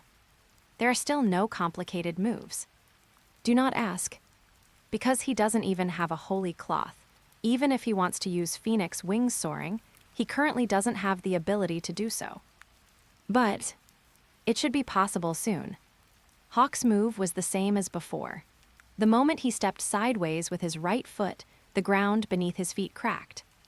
Next moment, his right arm turned into a blurry afterimage, a visual distortion caused purely by the extreme speed of breaking the sound barrier. But in the eyes of the outside world, he only threw a punch at the Wakanda soldier who was charging towards him. Lightning speed punch. Boom, the moment Hawke swung his arm, the air in its trajectory was forcibly squeezed and torn apart, and a visible, funnel-shaped, milky white air wave instantly exploded above the peak of his fist. The sonic boom cloud reappears. All of a sudden, the fist shadows in the sky reappeared. Bang Oi, who was running in the front, and her rhino mount were the first to be hit. Oi's face instantly caved in, and then her head burst open with a pop, and she instantly became a headless corpse. The same was true of her rhino mount. A fist-sized hole was pierced in the head, and through the hole, one could clearly see what happened to the soldiers behind him. One word. Awful in a word. Miserable. When the fist shadow dissipated, the smoke cleared. Hawk retracted his fist and looked forward. It happened again, just like before. No matter whether it was the so-called merchant tribe or the border tribe, their fate would be the same under his lightning sonic fist. Look around. The ground was littered with broken limbs and arms. In just a moment, the blood that had burst out had begun to gather into a small stream and flowed downwards under the action of gravity. The effect of the lightning sonic punch is so explosive. What about Feng Yitianxiang? The effect would be even more explosive. Hawk looked at the scene in front of him and couldn't help but think. It has to be said that this was the first time he had such a great time playing. This is the truth. Even that time at Quantico, he actually had some energy left. But this time, he fought with great pleasure, without any thoughts or distractions, only one idea in his mind. Just do it and that's it. Next moment. Swish, Hawk's gaze passed over the border tribe guarding Wakanda's first line of defense, and fell on the golden energy shield that was like a dome, protecting the real Wakanda from being discovered by the outside world. This energy shield is Wakanda's last barrier. As long as you break through this barrier, you will be able to see the real Wakanda. Hawk's mind moved, and the moment he stepped forward with his right foot, he just brushed past the blood flowing to his feet and disappeared on the spot. Under the influence of gravity, the flowing blood flowed faster and faster, and in just a short while it merged with the blood of the merchant tribe. Bruce Banner, lying in the clearing not far away, was surrounded by blood. Unexpected. A ray of darkness, extreme darkness, appeared in the blood. In just a blink of an eye, the darkness assimilated the blood into a pool of black blood. Bruce Banner was soaked in this pool of black blood, and the heart in his body gradually turned black and beat with a thud. Boom appearing again, Hawk had already arrived in front of the golden energy shield. Without hesitation, he punched the golden energy shield, which was the last obstacle preventing him from obtaining vibranium. Dwang! The golden energy shield created a ripple at the location where Hawk bombarded it, spreading in all directions, but soon returned to calm. Hawk raised an eyebrow. Lightning sonic fist. Dwang, dwang, dwang. Ripples appeared one after another on the golden energy shield, then spread out in all directions like waves before disappearing and finally returning to calm. Hiss! Vibranium energy shield. Hawk took a deep breath as he felt his attacks being silently absorbed by the golden energy shield in front of him. Trenchitso, rich. It's okay to use vibranium to make cold weapons, but now even energy shields use vibranium as an energy source. Tusk tusk. Sure enough, Wakanda has developed the use of vibranium to the extreme. Hawk thought to himself and did not launch another attack. He looked at the energy shield in front of him that used vibranium as its energy source, his eyes flashing. In Wakanda. Inside the palace command room. The current King T'Chaka has already put on the Black Panther uniform and is standing in the command room, looking up at Hawk, who is currently outside the energy shield in the high-definition projection above. Have you found out his identity? Yes. The speaker was Shuri, the daughter of the current King T'Chaka. The virtual projection in front of Princess Shuri was flashing wildly.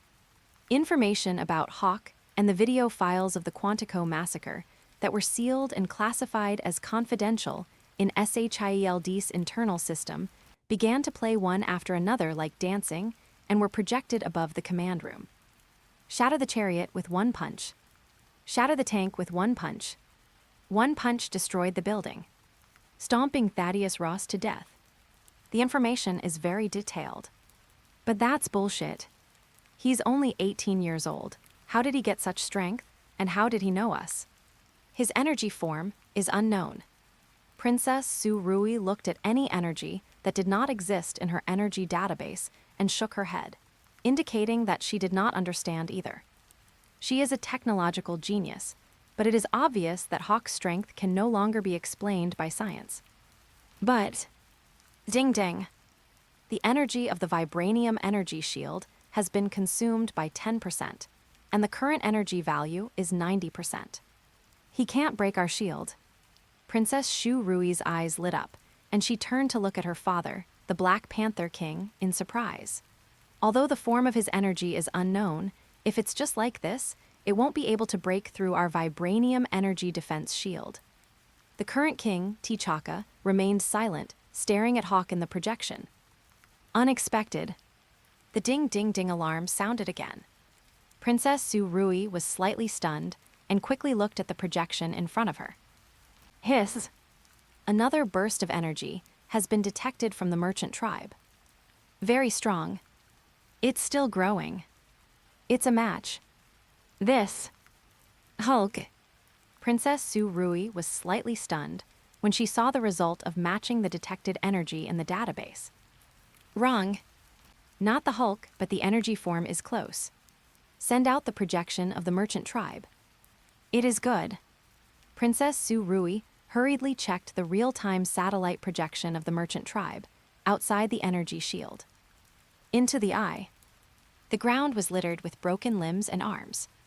When Princess Su Rui saw this scene, a trace of pity and anger flashed across her face, and then her eyes were instantly locked on a dark behemoth that suddenly fell from the sky and appeared on the screen. This is Hulk. Black Hulk roar. A soul-tearing roar suddenly rang out, and the sound quickly spread in all directions, as if announcing his return to the world. Hawk. Hawk, who was outside the energy shield, suddenly felt his sixth sense move, and without any hesitation, he disappeared from the spot in an instant. Just as he disappeared, boom, the black demon Hulk, who returned from hell, slammed heavily on the place where Hawk had just been like a meteorite thrown directly from hell. When the Hulk, who really looked like a black hill, fell to the ground at this moment, the earth instantly groaned in pain. Spiderweb-like cracks instantly spread over dozens of meters. The grass and soil were lifted up by the violent force, turning into muddy mud rain that sprayed into the air. At this moment, Ultraman Gaia, the destroyer of the earth, seemed like a gentle lover in comparison. Hulk landed like a black hill, his muscles bulging like mountains. Every heavy breath he took stirred up a small whirlwind, symbolizing the power of destruction flowing under his skin, and his eyes were like the eyes of a devil. Good guy. Black Hulk, no, Devil Hulk. Is he really alive? How do you survive? Hawk reappeared and looked a little shocked when he saw the Devil Hulk, who really returned from hell. Really shocked. After he came here, he fully opened up his 5 senses. But even with all his 5 senses open, he still couldn't capture the movements or sounds of how Bruce Banner turned into the Devil Hulk. In fact, if his 6th sense hadn't suddenly warned him, he would have been hit by the Devil Hulk. This can only mean one thing. Compared to the regular Hulk he killed before, the Demon Hulk who returned from hell is terrifyingly strong. At the same time, the Demon Hulk who returned from hell also locked his eyes with demonic fire on Hawk. The Devil Hulk's mind flashed through the scene where the regular Hulk was pulled into the water by Hawk and drowned. These flashbacks made the Devil Hulk even more angry. Roar, burning with rage, the Demon Hulk has no nonsense, only action. Boom, he stomped his huge feet on the ground, and the earth broke and sank like Kiwi Lie's biscuits. His huge black body, like a hill, rushed towards Hawk like an out-of-control battering ram, with a terrifying force that could crush everything. Hawk's eyes shrank instantly. But he didn't retreat. End of this chapter. All right, legends, that's it for today. If you're ready for the next chapter, smash that like button and flood the comments right now. Remember, we've got 3 days to prove this story needs to continue. Subscribe so you don't miss the drop, and I'll meet you in the next audiobook.